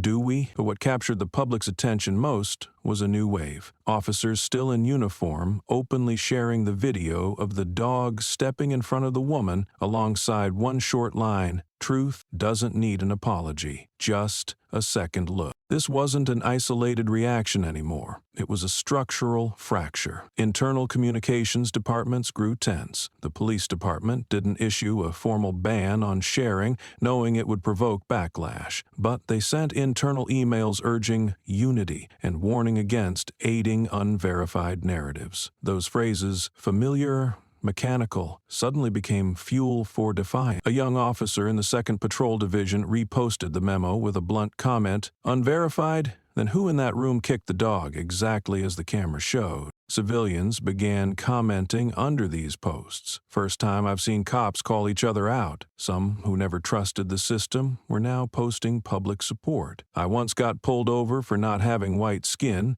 but today I believe at least some in uniform remember who pays their salary." These words were echoed, reposted, and unlike so many past moments, didn't vanish. Because this time, the image of the silent woman standing behind 2 dogs no longer symbolized helplessness. It had become the standard for how someone can hold dignity without needing anyone's permission. Amid the growing wave, a local television channel invited 3 former officers from the K-9 unit for a live interview. All 3 confirmed they had trained under a program personally rewritten and taught by her, a curriculum no longer in official circulation. They spoke about how she trained dogs not to protect by attacking, but by distinguishing command from impulse. One of them shared, "I once asked why she didn't train dogs to respond to yelling. She said, yelling usually comes from fear. Dogs shouldn't be trained to act on human fear." The story gradually became a measure of the kind of ethics the force once believed it upheld. Not everyone behind the police logo truly protects. Because if that logo is used to cover wrongdoing, it's no longer a symbol of justice. It becomes a symbol of compromise. And the more people within the force chose to speak up, the clearer it became that compromise could no longer be tolerated. A veteran officer wrote on an internal industry forum, "I've served 26 years, never seen a dog stand like that one did, and never seen a person stand like she did. No hands raised, no running, no shouting, yet the whole system stepped back because she didn't." If this field still has its senses, then it's this field that needs to relearn from her. Not how to command, but how to hold on to what's right. She still didn't appear in the media. She still walked her dogs at the same hour, but every time she appeared, people quietly stepped aside, leaving a wide enough path. Not out of fear, but out of respect. And each time someone saw her and the 2 dogs pass by, they didn't see her as the one who'd been stopped in the street. They saw her as the one who'd forced this society to redefine the word protect. Not everyone wearing a badge is good, but if good people still exist, then the truth doesn't need an apology. It only needs to be seen, just like how she looked straight into every doubtful eye without ever lowering her gaze, and no one could pretend they hadn't seen it. The news kept spreading while she remained absent, made no statements, and wrote no replies. Social media was flooded with perspectives, analysis, and late apologies from those who had stayed silent. But amid all that noise, she held an absolute absence, and that absence made her image clearer than ever. On an early weekday morning, an old photo was publicly posted by a veteran. A member of the Special Operations Unit posted it. No tags, no source cited, just a single image. The woman standing in the middle of the training ground. Wind pushing her hair back, sunlight slanting over her shoulder. The 2 dogs, still very young at the time, standing on either side. One looking up at her, the other staring straight ahead. She wasn't looking at the camera. Her eyes were set far off, not focused on any one point, but as if she was seeing something ahead that no one else had yet imagined. The photo wasn't as sharp as modern-day images, and it hadn't been color-corrected, but every detail made people stop. Dust-covered boots, trees behind her leaning in the training ground wind, ground in front scattered with combat boot prints, and the gaze of the 2 dogs, one locked on her, the other alert to the world. A quiet symmetry between trust and vigilance. Not a single expression in the frame had been rehearsed, only truth, unpolished, unadorned. The caption below the image was just one sentence, no all caps, no emojis, no famous quote, just 10 words, and she never had to shout to be seen. It read like a late admission, not to glorify her, but to point out how society had put too much value on who yelled louder, who grabbed the spotlight first, and who controlled the narrative, while some people, like her, had never needed to raise their voice more than necessary and still left behind something no one could deny. The photo was shared hundreds of thousands of times in the first 2 days. It showed up in political analysis pieces,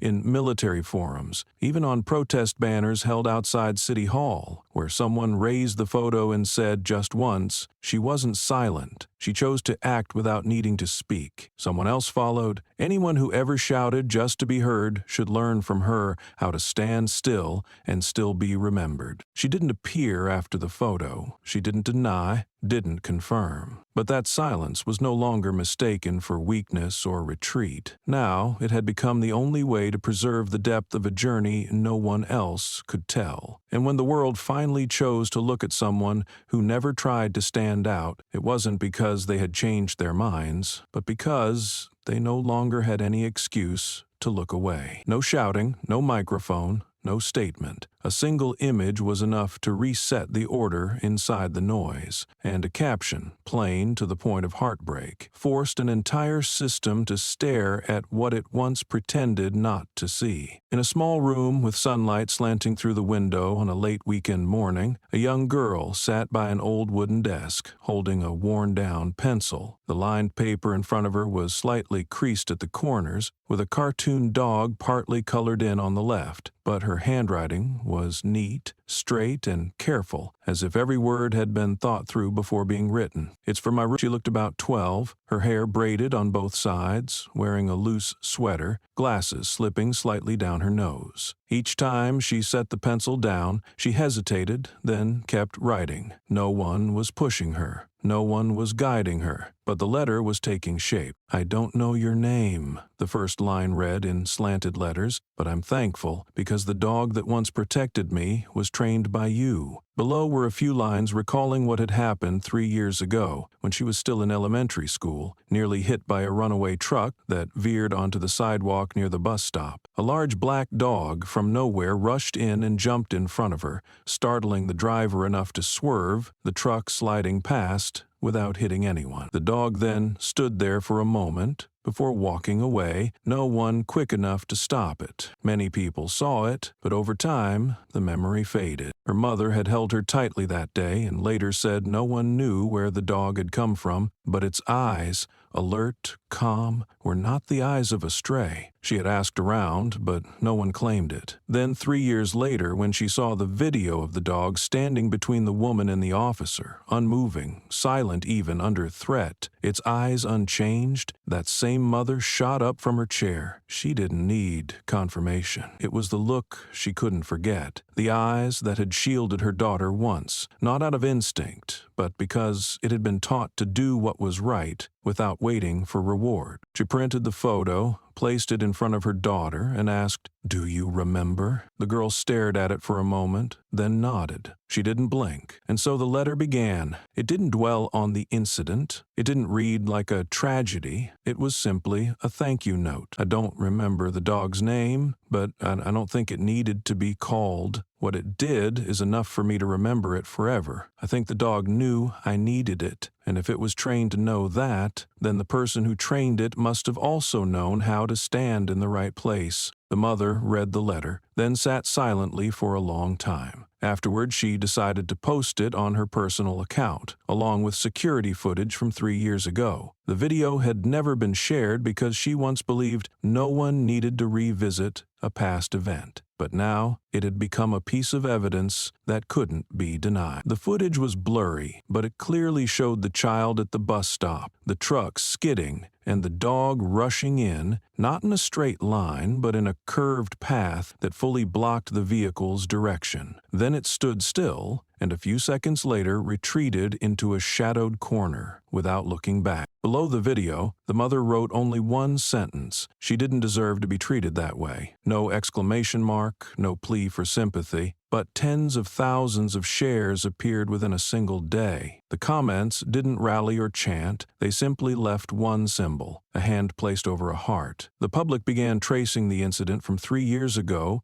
matching the location, time, and footage with the clips now circulating. Everything lined up. The dog in the video was one of the two still at the woman's side, and that leap to shield wasn't random. It was part of a training process that people were only now starting to understand. She didn't train them to attack. She trained them to stand between, not for reward, but because they knew where the line was between life and arrogance. That is, the handwritten letter from the young girl was reprinted in the paper, a rare moment when a media outlet dedicated an entire page to publish the full original content, unedited. Next to it was a photo of the dog from the old footage, with a simple caption, "This is the dog that saved a child," and was once called a threat by someone wearing a badge. No one argued in the comments, no one had a defense left, because now it wasn't the woman speaking for herself. It was a child, once protected by an act so quiet the law had never written it down, yet everyone understood. That's what justice looks like. In a world where people must speak loudly to be believed, the act of a speechless animal being thanked through a child's hand became the most powerful image the public had seen throughout the entire ordeal. No outrage, no legal brief, just one sentence. "I'm thankful because the dog that once protected me was trained by you." And from that, people began to realize what she'd passed on wasn't in any curriculum, wasn't measured in badges, but in real lives preserved, in silence, in moments when no one turned around, and in a single act of standing between and act the entire country was now being forced to look back on. Beneath the girl's handwritten letter, against the white background of the printed page, the magazine editor added a small line of caption resting quietly at the bottom, like a reminder without needing to be underlined. "If dogs can't speak, we speak for them." It wasn't a slogan, it wasn't protest language, it was a sentence written from the long pause between silent action and systemic silence. And it spotlighted something many were only just beginning to realize. While society argued over who was right, who should speak up, there had always been beings who needed no words to do what was right. And now, people had to do the opposite. Speak for those who couldn't, but who once protected them with their very bodies. That line first appeared as a caption on the digital news story covering the girl's letter, but it quickly spread to banners, posters,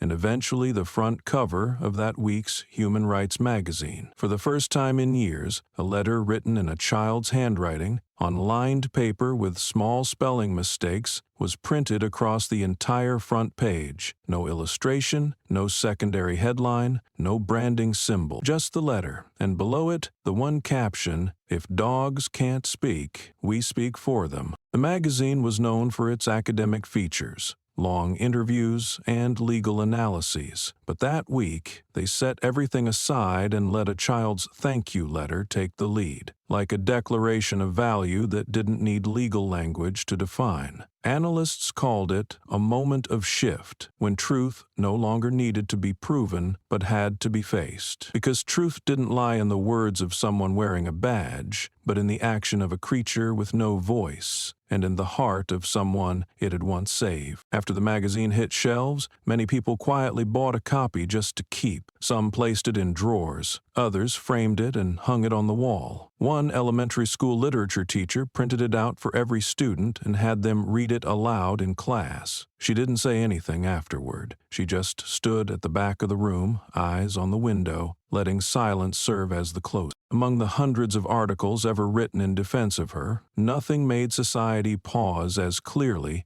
as that handwritten letter. It didn't demand justice. It didn't threaten an investigation. It simply said, "I'm thankful because the dog that once protected me was trained by you, and that was something no one, not even those who had denied her, could argue with or explain away, because in that letter, everything that needed to be seen was laid bare. No filters, no framing, just a thank you, clear, complete, and enough to make everything stop and listen. Because if dogs can't speak, then those they once saved will speak for them. And this time they spoke loudly, not to be noticed, but to make sure no one dares to look away again. This wasn't a regular school event. Students were told to wear tidy uniforms, sit properly, and stay quiet, yet no one seemed tense. Today's guest wasn't a politician, a singer, or a children's author. She was someone the kids had once seen in a short video, had heard half-named in passing, had spotted in a newspaper photo, standing between two dogs with an expression adults avoided naming but kids described simply as the one who trains protectors. She arrived right on time, entering not through the main gate but a side entrance, avoiding crowds, with no one beside her except the two dogs walking calmly in sync. They didn't bark, didn't tug, didn't stop, even as kids along the walkway stared wide-eyed. The staff member in charge greeted her with a bow, like meeting someone who didn't need an introduction. She nodded slightly, her gaze meeting every small face ahead, as if she were already listening before they even asked. There was no script, she just sat on a small plastic chair in front of the students,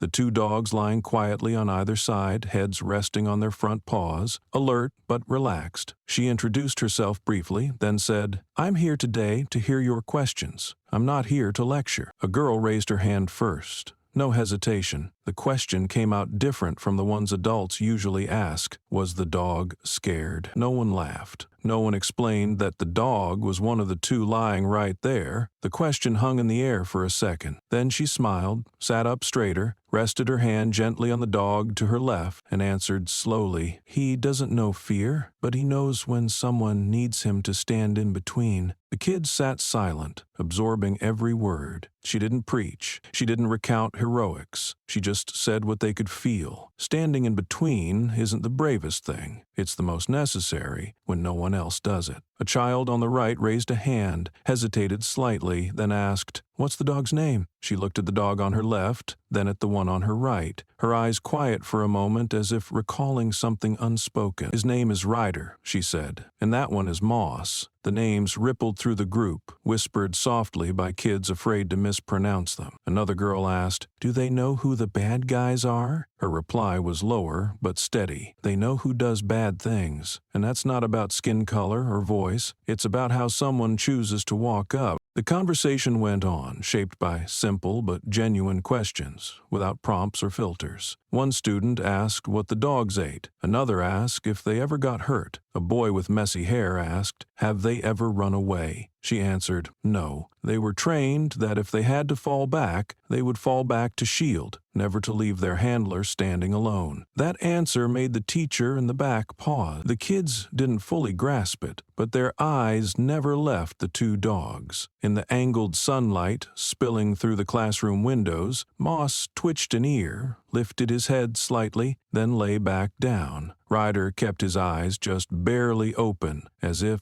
still listening. At the end, instead of asking for photos, a young girl walked up and handed her a folded piece of paper, written in shaky pencil. "Thank you for teaching the dog to know how to stay still." She took it without reading it in front of anyone, tucked it into her pocket, then bowed slightly in return. She didn't hug the kids. She made no promises to return. She simply walked the two dogs to the gate, down a hallway now stretched longer with afternoon light than when she had entered. A few children followed her, saying nothing, their steps hesitant, as if they still had more to ask. She didn't turn around, but her hand rested on Ryder's head, like she was comforting something the children didn't yet know how to name. It wasn't an inspirational talk. It wasn't a moral lesson. But when the children got home, they didn't talk about the dog's fur or eye color or what the woman had worn. They said a woman had come to their school and taught two dogs to stand in the middle instead of rushing in, and that you don't need to shout to be heard, you just need to be still enough enough to feel what's right, standing right in front of you. What the kids saw wasn't a dog trainer. It was someone who had taught what it means to stand in the right place at the right time for the right person. After that day, one teacher said to another, "I used to think you had to tell a great story to get kids to listen. But today, no one had to say anything. They just needed to see." And what they saw was a woman who didn't introduce herself, didn't bring up what she'd lost, just answered every question patiently so that the children could learn the names of two dogs that had once protected someone by their real names, not the headlines, not the internet nickname. Ryder, Moss. Two simple names, like the way they stood between people and harm, a gesture that doesn't take an adult to understand, just a person to recognize. Just when the conversation seemed to have ended with lingering glances and a few quiet nods from the children, a boy in the last row suddenly raised his hand. He was small, with messy hair and smudges of paint still drying on his shirt. He didn't wait to be called on, didn't preface his words. His voice came out quickly, not loud but clear. "What's its name?" The soft hum in the room suddenly halted, like an invisible thread had tightened around the air. She turned, her eyes softened, and placed her hand on the head of the dog lying close beside her chair. Its head slowly turned toward the boy. She didn't answer right away. Her hand brushed over the thick fur along its neck, and then she smiled. A smile with no performance, no defense. Before saying, "It doesn't need a name. It just needs someone not to treat it like a shadow." The answer didn't explain anything. It didn't teach, but it made the room full of children hold their breath for a few seconds. Shadow. Those two words weren't metaphorical to the adults who had grown used to avoiding the truth. But to the children, it was something specific, a picture of something ignored, overlooked, denied the right to exist as something of worth. Her words, spoken gently, left a mark not from their volume but from how plainly true they were. Simple enough that the children couldn't miss the point, and too honest for adults to hide from. The boy didn't ask another question. He just nodded, his hand resting on the edge of his chair, his eyes fixed on the nameless dog as if just realizing that a name no longer mattered when a living being could teach someone how to stay still in chaos, without fanfare, without introduction. After that answer, the room went quiet again, but it was no longer the silence of hesitation or shyness. It was a new kind of silence, where the children began to understand that some things don't need to be named to be real, and that some people, some animals, some moments just need to be seen for what they already are. She stood up afterward, without a closing line. The two dogs didn't need a cue. They rose with her at the same time, like extensions of the woman herself. Not ahead, not behind, but exactly in place. And as she stepped through the classroom door, the late afternoon light slanting across her shoulder and the ear of the dog just asked about, it became clear. Some beings aren't meant to be named for glory, but to show up at the right time, quietly, long enough, close enough, for others to finally see themselves more clearly, not as a shadow, but as the steady presence that had always been there, just waiting for someone to be still enough to notice. The training ground lay inside a military base, the dirt scarred with paw prints, dust clinging to chain-linked fences with peeling paint. Each morning, dozens of dogs were let out one by one, following worn paths lined with wooden stakes, moving on command, shorthand gestures, and voice cues. On the field, footsteps, signals, and sharp barks all blended into a tight but orderly rhythm. That day's session had a particular presence. No announcement, no loudspeaker, just a woman stepping through the gate, walking straight onto the field without waiting for an escort. She didn't wear a uniform. She didn't give her name or rank, but everyone there knew immediately, by the way the dog at her side never broke stride, by the pause in the expressions of older trainers who straightened unconsciously, by how no one spoke as she walked past the fence line. A young dog, mid-training, was practicing stillness, its hind legs trembling slightly from unfamiliar weight distribution. She stopped beside it, didn't call its name, didn't kneel, just rested a hand gently on the top of its head. It looked up instinctively but didn't move. Her hand didn't press down and it didn't lift right away. That hand carried no command. It was present. A young trainee, third row, couldn't help but ask, "How do you make a dog loyal, ma'am?" It wasn't rude. It wasn't a throwaway curiosity. It was the kind of question every canine handler has asked themselves after a failed training session. She didn't look at him, didn't answer right away. Her hand remained on the young dog's head, fingers slowly tracing small circles, as if the question had traveled across years to reach her. Then she spoke, just loud enough to hear,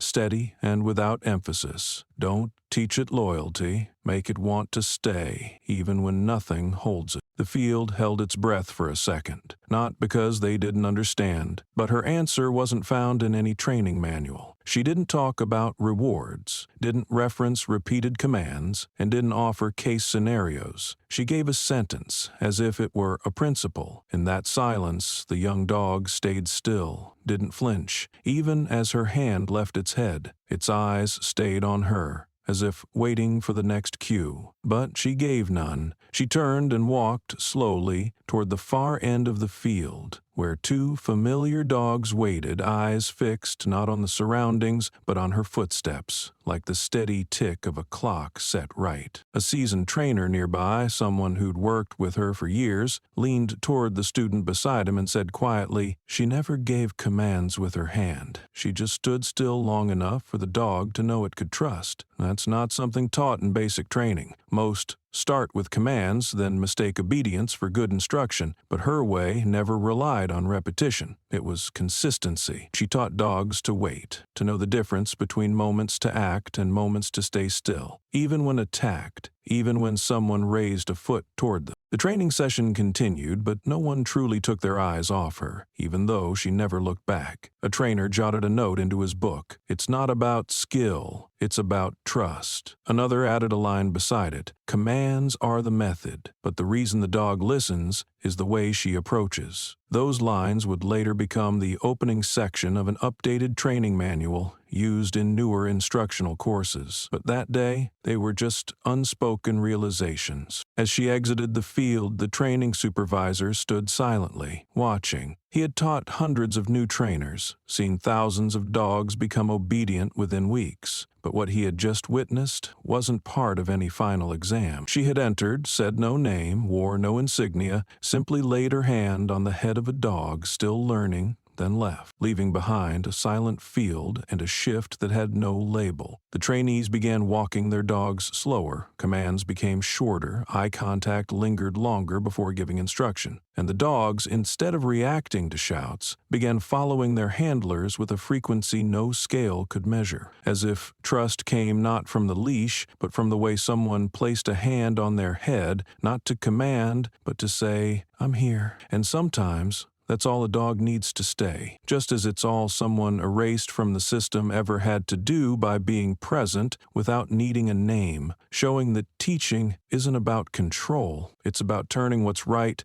into instinct. Another trainee, visibly unsettled, stepped forward. He didn't dare speak loudly, as if her presence required a different rhythm of sound, but the question still came out, carrying a truth far beyond just training. What if it sees the handler afraid? She turned to him, her gaze not stern, not soft, but direct, as if she'd heard that same question 100 times in the hardest phases of deployment. She didn't counter, didn't prompt, she just answered, voice low and steady. "Don't let it see the handler fear the truth." That answer wasn't in any manual. It didn't instruct on issuing commands or managing behavior, but it was the backbone of every real training, something no technical system was ever detailed enough to document. A dog, no matter how intelligent, doesn't understand truth in language, but it feels the fracture in movement, the hesitation in a glance, the subtle pauses when its handler isn't ready to face what's ahead, and if the handler fears the truth, then the dog won't know who it's supposed to protect. After her words, the field fell completely silent. No footsteps, no trainers calling commands, not even the wind threading through the sunshades at the far end. Those holding leashes suddenly realized their grips were too tight, or that their gaze had drifted away from the dog in front of them. They began to loosen,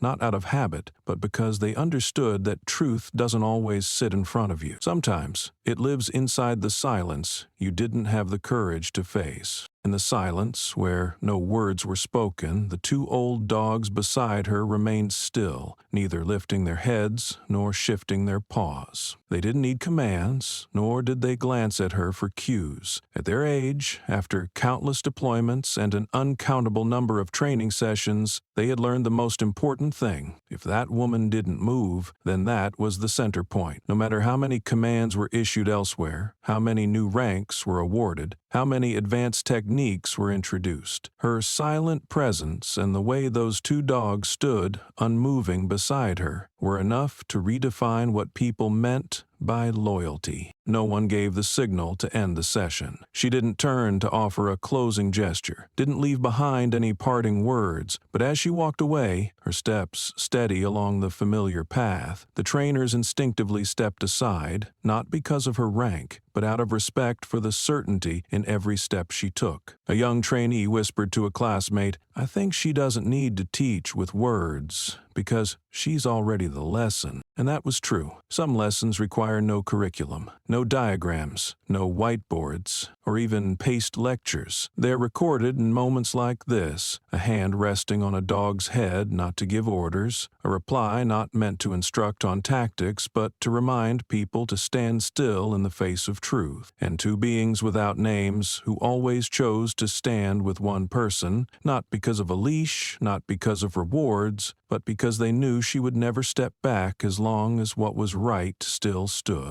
The article appeared on a Monday morning, without fanfare, without prior announcement, a teaser from any media team. A simple link was shared on the homepage of an independent news site, known for staying outside the mainstream, not writing on commission. Readers saw a headline that wasn't sensational, didn't aim to provoke curiosity, just 4 words, one time in between. Below was the author's name, written plainly, without title, without description, just a name that had once been erased from the system, denied recognition, forced into silence, and now, for the first time, speaking. The opening line didn't offer excuses. It didn't repeat what the public already knew. She didn't write with the tone of someone seeking vindication. She wrote the way she had moved through this entire ordeal, direct, brief, and without hiding the empty spaces. "I'm not writing to defend myself. I'm writing to remind. Sometimes silence is defense, not surrender." That first line cut deep, not sharply, but with weight, making readers pause, questioning how many times they had mistaken a strong person's restraint for weakness. She didn't mention any names. She didn't describe each time she was interrogated, the suspicious stares, kick aimed at the dog that stood between her and the threat. She didn't retell the video, didn't reuse the hashtags that once went viral, but each paragraph unfolded as if she were sitting across from you, eyes steady, oh to shame, but to make sure you couldn't look away, she wrote. "Some of the dogs I trained didn't need commands or leashes to step back and block the way. They couldn't tell skin colors apart, but they could tell who was shaking from being treated like a threat. And that wasn't instinct. That was something I taught them by never hiding the truth from them." That one sentence, "The dogs couldn't tell skin color, but they knew who needed protection," was shared tens of thousands of times within hours. It showed up in social media captions, podcast intros, and even printed on the back cover of a newly published magazine. No one edited the words, no one trimmed the line, because everyone understood to edit that sentence would dilute what the entire piece was trying to preserve, the truth, unsoftened to make it easier to swallow. She wrote about the days at the base, when she chose to train with her gaze instead of the sound of a whip, about being passed over for promotion because she couldn't control dogs, too driven by instinct. She wrote, "Instinct is something I never touched. I only taught them how to tell the difference between someone giving orders and someone needing protection." She didn't portray herself as a victim. She didn't frame herself as a hero. She simply placed actions where they belonged, then left the reader to see what had always been there.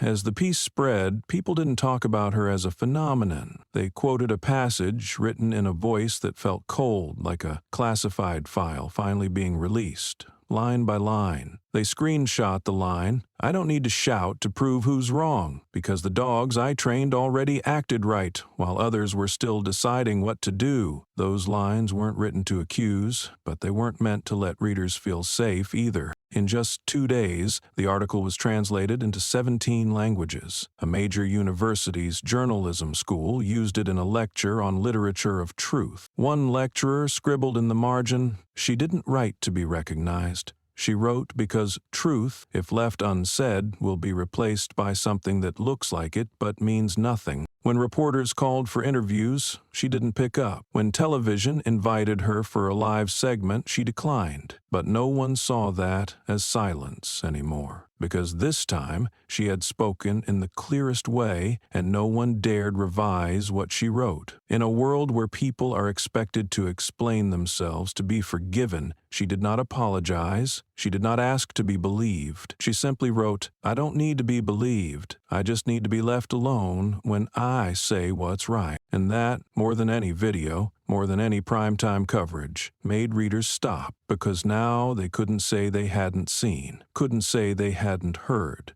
And most of all, I couldn't say they hadn't been told. Sometimes silence doesn't come from fear, it comes from refusing to accept a lie, painted with the color of authority. That truth, from now on, doesn't need validation, it only needs not to be denied. And this time, she didn't wait for anyone to confirm it for her. Right below the article, among thousands of comments flooding in every hour, there was one line pinned to the top by the editorial team, not because of metrics or likes, but because it said everything the piece itself didn't need to repeat. The comment was simple, no emojis, no bold, no underline, just 11 words, clear and direct. "You didn't need to speak, just stand tall. We'll speak for you." Not a cheer, not empty gratitude. It felt like a promise, spoken by those old enough to know some stances can't be bought with words. Some positions don't need speeches. And some people, like her, never asked to be spoken for, but made those who once stood on the sidelines step forward and speak. Because of someone who'd faced suspicion, who'd had her military ID kicked to the ground, who'd been cornered in public for walking 2 dogs without insignia, still chose to stand tall, meet every stare, and keep walking. Then those around her couldn't keep bowing their heads and pretending nothing happened. That comment was quickly shared across platforms. Someone taped the sentence above their desk. Someone else wrote it out by hand and taught it to their child at night. A student group printed it on the back of T-shirts. The line, small but clear, right below the neck, "We'll speak for you." No one asked for permission. No one sought copyright. But everyone understood. What's being protected now isn't the person at the center. It's the place she once stood. The place everyone should have stood from the start, but left empty. And from that moment on, not the article, not the video, but the quiet spread of a single sentence, "We'll speak for you," made this society stop and ask itself, how long have they stayed silent just to live easier, and how much longer until they realize that sometimes one person standing tall is enough to shake an entire system. The community playground in the late afternoon was bathed in the day's last streaks of sunlight. The stone-paved path dappled with shifting shadows from nearby trees. Children ran and played. Adults gathered in groups on the benches, their laughter and conversation blending with the soft crunch of bicycle tires rolling over worn bricks. Unlike the members' known part, the place where the whole chain of events began, now mentioned only in hesitant tones, this space allowed things to unfold, in rhythm with life itself. No one needed to prove they belonged. And in that atmosphere, the woman appeared again, still in a white shirt, still walking with quiet purpose, the 2 dogs at her side, leashes slack, not dragging, not taut. People had grown used to her presence, but familiarity didn't make them pay less attention. Nods replaced greetings, eyes followed her, not out of fear, but with a kind of respect no language could precisely name. She didn't aim to stand out, nor did she try to disappear. She simply walked the same way she had for years, before the video, before the article, before society began racing to keep up with the latest comment thread. Along the path near the benches, a young police officer approached. His uniform was still crisp, his chest upright, his eyes carrying both hesitation and intent. He walked slowly, not closing in, stopping at a distance where the dogs didn't need to lift their heads to sense was not a threat. She stopped. Ryder and Moss stopped too. They didn't turn, they didn't growl, they didn't shift. They stood as if the space between her and the man was something they were measuring with the air itself. The officer reached for his belt out of habit, then let his hand drop. His voice came out like someone crossing a line no one had ever taught him how to cross. "Sorry, I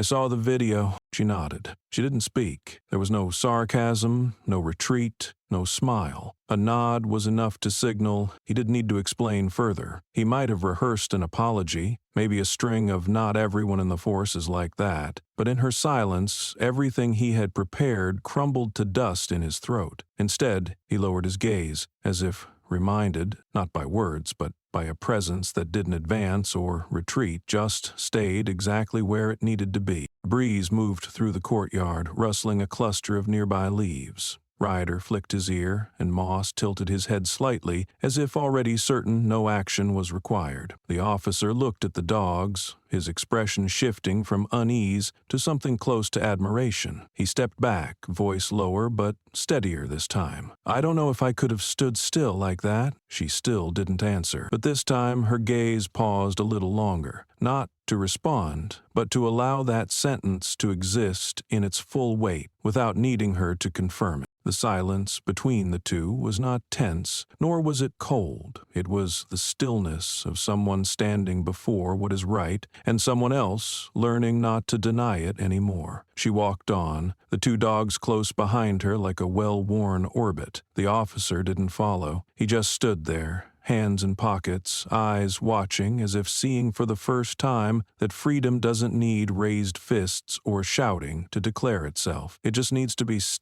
unmoved, unexplained, ungrowled. And that very thing, the way she moved through the crowd, between uniforms and civilians, between voices and pauses, forced people to reconsider what they thought they knew about power. Freedom isn't reserved for those who speak louder, for those armed with better arguments. Freedom is when someone can walk through a public park, two old dogs at their side, and no one demands they prove their right to be there. And if anyone ever needs an example of that, all they have to do is come here, watch how she nods at an incomplete apology, and still walks forward without pushing anyone back. As she passed by, when it seemed all exchange had ended in the silence between two people with nothing left to say, the young officer suddenly spoke, very softly, not toward her, more like to himself, but loud enough for the wind to carry his words to the one walking ahead. "Just want to say, I'm learning not to become one of them." His voice didn't shake, but it was no longer guarded by the usual armor of uniformed certainty. It was the voice of someone not asking to be forgiven, but taking the first steps out of a shadow he once blended into. She didn't turn, didn't gesture,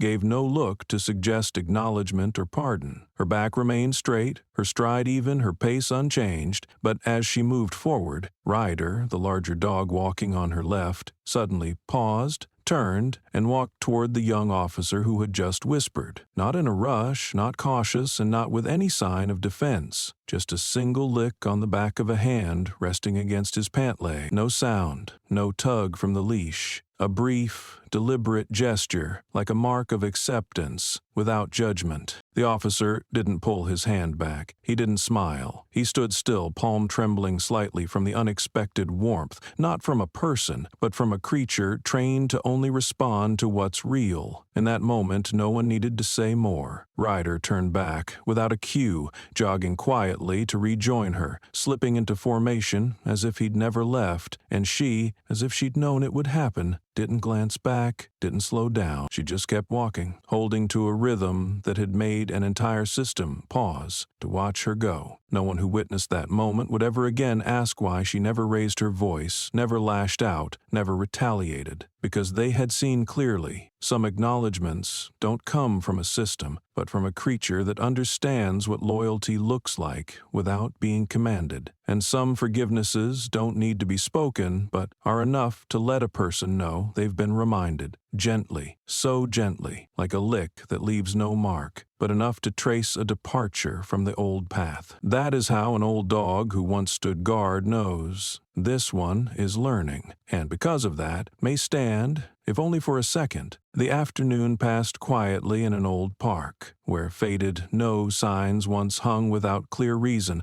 where chipped stone benches still carried the marks of time, and where, once, a woman had been questioned just for sitting with two dogs who wore no insignia. Now no one asked for membership cards. No one circled around with suspicious glances. No heavy boots echoed on the pavement out of habit. The park hadn't changed, but she had, and the way people looked at her was no longer the same. She sat upright, one hand resting gently on a book nearly finished. The corners of the cover were worn, the spine bent from being folded repeatedly to the same unread page. When the wind passed through, a few pages fluttered open, as if aware of time on their own. But she didn't read anymore. She closed the book, set it beside her, leaving just enough space between herself and the book, as if breaking a sentence without needing words. The two dogs lay by her feet, heads resting on their front paws, eyes half open, not asleep but not alert. They didn't need to be ready to leap, didn't need to track every approaching footstep.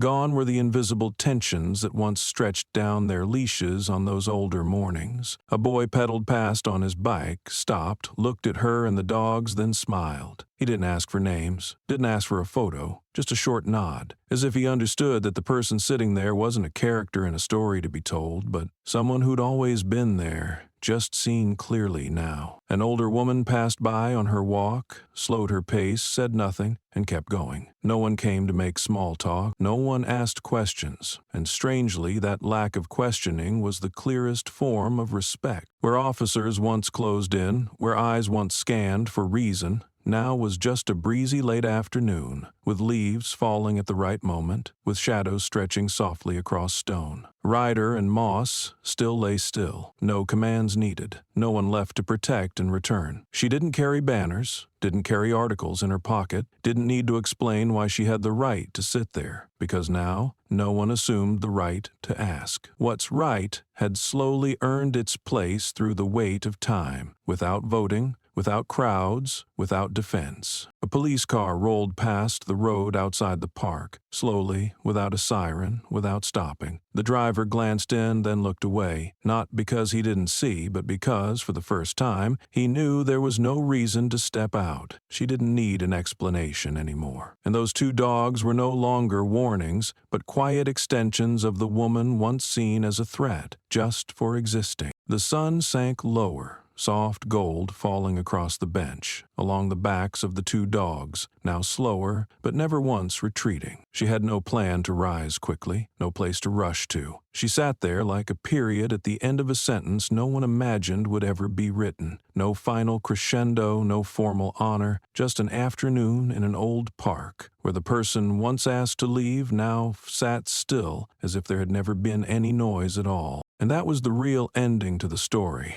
not when justice is declared into a microphone, but when the person, once shoved aside for staying silent, is allowed to keep sitting in silence without anyone thinking they have the right to question it. When there's no more growling to signal danger, when freedom doesn't need to announce itself, when the two dogs can lie still because finally this world has learned to sit still with him instead of demanding she rise to prove she means no harm. An old woman, small-framed, silver hair pinned back with a worn plastic clip, carrying a cloth bag with a few sweet potatoes from the nearby market, walked slowly past the bench where she sat. The old woman didn't look closely, didn't linger, just swept her eyes once over the familiar scene, the woman in the white shirt, the two dogs lying on either side, the closed book resting beside her hand. But this time, She didn't walk away right away. She paused, adjusted her bag strap to ease the weight, then nodded gently, her voice carried along with the rustling leaves high above. "The park's quieter today." That sentence wasn't quite an observation, nor was it small talk. It felt like a fragment of memory reawakened, a sudden thread linking back to a time when the air had been crowded with wary glances, hurried footsteps, and the kind of noise people made, not out of excitement, but fear that silence might reveal what they wanted hidden. Now, there were no arguments in the park, no clinking handcuffs, no one stepping forward and then back again,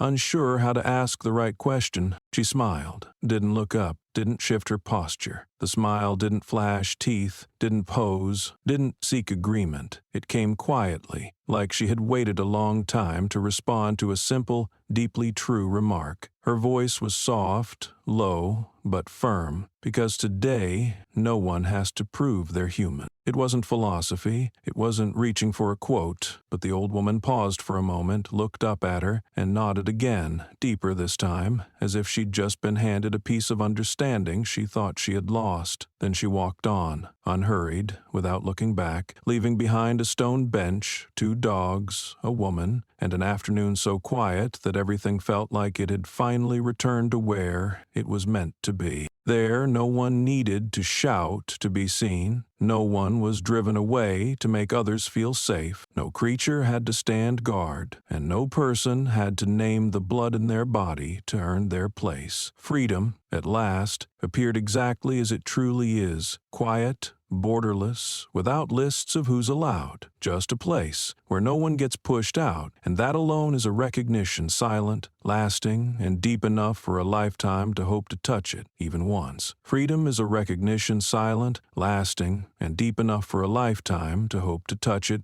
even once. The final afternoon of the story closed not with an ending but with a feeling that some journeys leave a mark without needing a finish line. The woman who had once been surrounded, interrogated, and had her ID tossed to the ground like a nameless slip of paper now sat on an old park bench, 2 dogs at her feet, in a silence so still it seemed nothing had ever happened. But the reader knew it all had. Every detail, every sentence, every time her eyes met suspicion and didn't look away, had once existed, once collided with a system believed to be untouchable. And because she didn't use her fists, didn't raise her voice, didn't lean on a title, but simply held her place, each of those truths survived to the end. The story began on what seemed like an ordinary morning, when people still believed the right to sit on a public bench had to be proven. She didn't shout, she just sat between 2 dogs that had served in the military, trained not to react with violence, but to shield with presence. But society had forgotten how to recognize the right kind of stillness. They were used to reading badges, noticing uniforms, and judging voices. So they stepped back when they saw a black woman sitting calmly with 2 large dogs without tags. They called it a threat, they asked for ID, they arrived with cuffs, but they couldn't shake that stance. When someone chooses to remain still, not because they don't feel fear, but because they know they don't need to bow to what's wrong.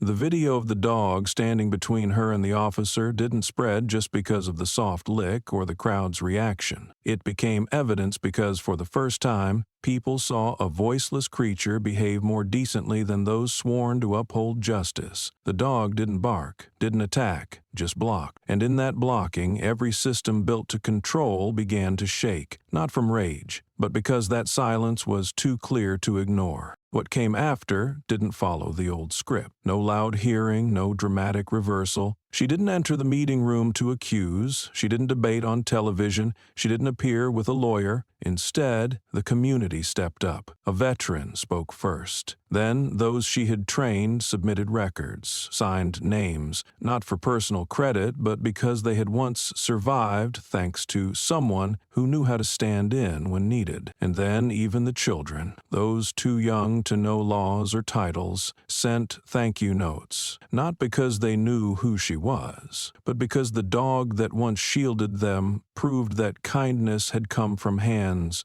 more worthy than all those nameplates. From a short video, the truth peeled back in layers. That the woman whose ID had been kicked to the ground was a senior military canine trainer who had once declined a medal to keep teaching one more course. That the dogs beside her weren't tools, but beings trained not to attack, but to block and protect. That her silence wasn't weak disguise, but the final line of defense for someone who had never needed to shout to be seen. This story, in the end, was never about confrontation. It was about integrity, the kind that needs no definition, no slogans, because integrity showed itself clearly in every action she chose, in every moment she didn't retaliate, in every gaze that didn't look away, in the way she held her silence so the truth wouldn't be drowned in noise. And when she finally sat on the park bench, no one asked for her papers, no one questioned the names of her 2 dogs, no one stopped her in the public space. It wasn't a personal victory, it was a reminder to society. Sometimes, what matters most isn't who will speak for you, but whether you dare to stand your ground long enough that no one dares to push you off it. What do we take from that story? That some systems will always run on bias unless forced to reflect. That power doesn't lie in a badge, but in how a person chooses to use it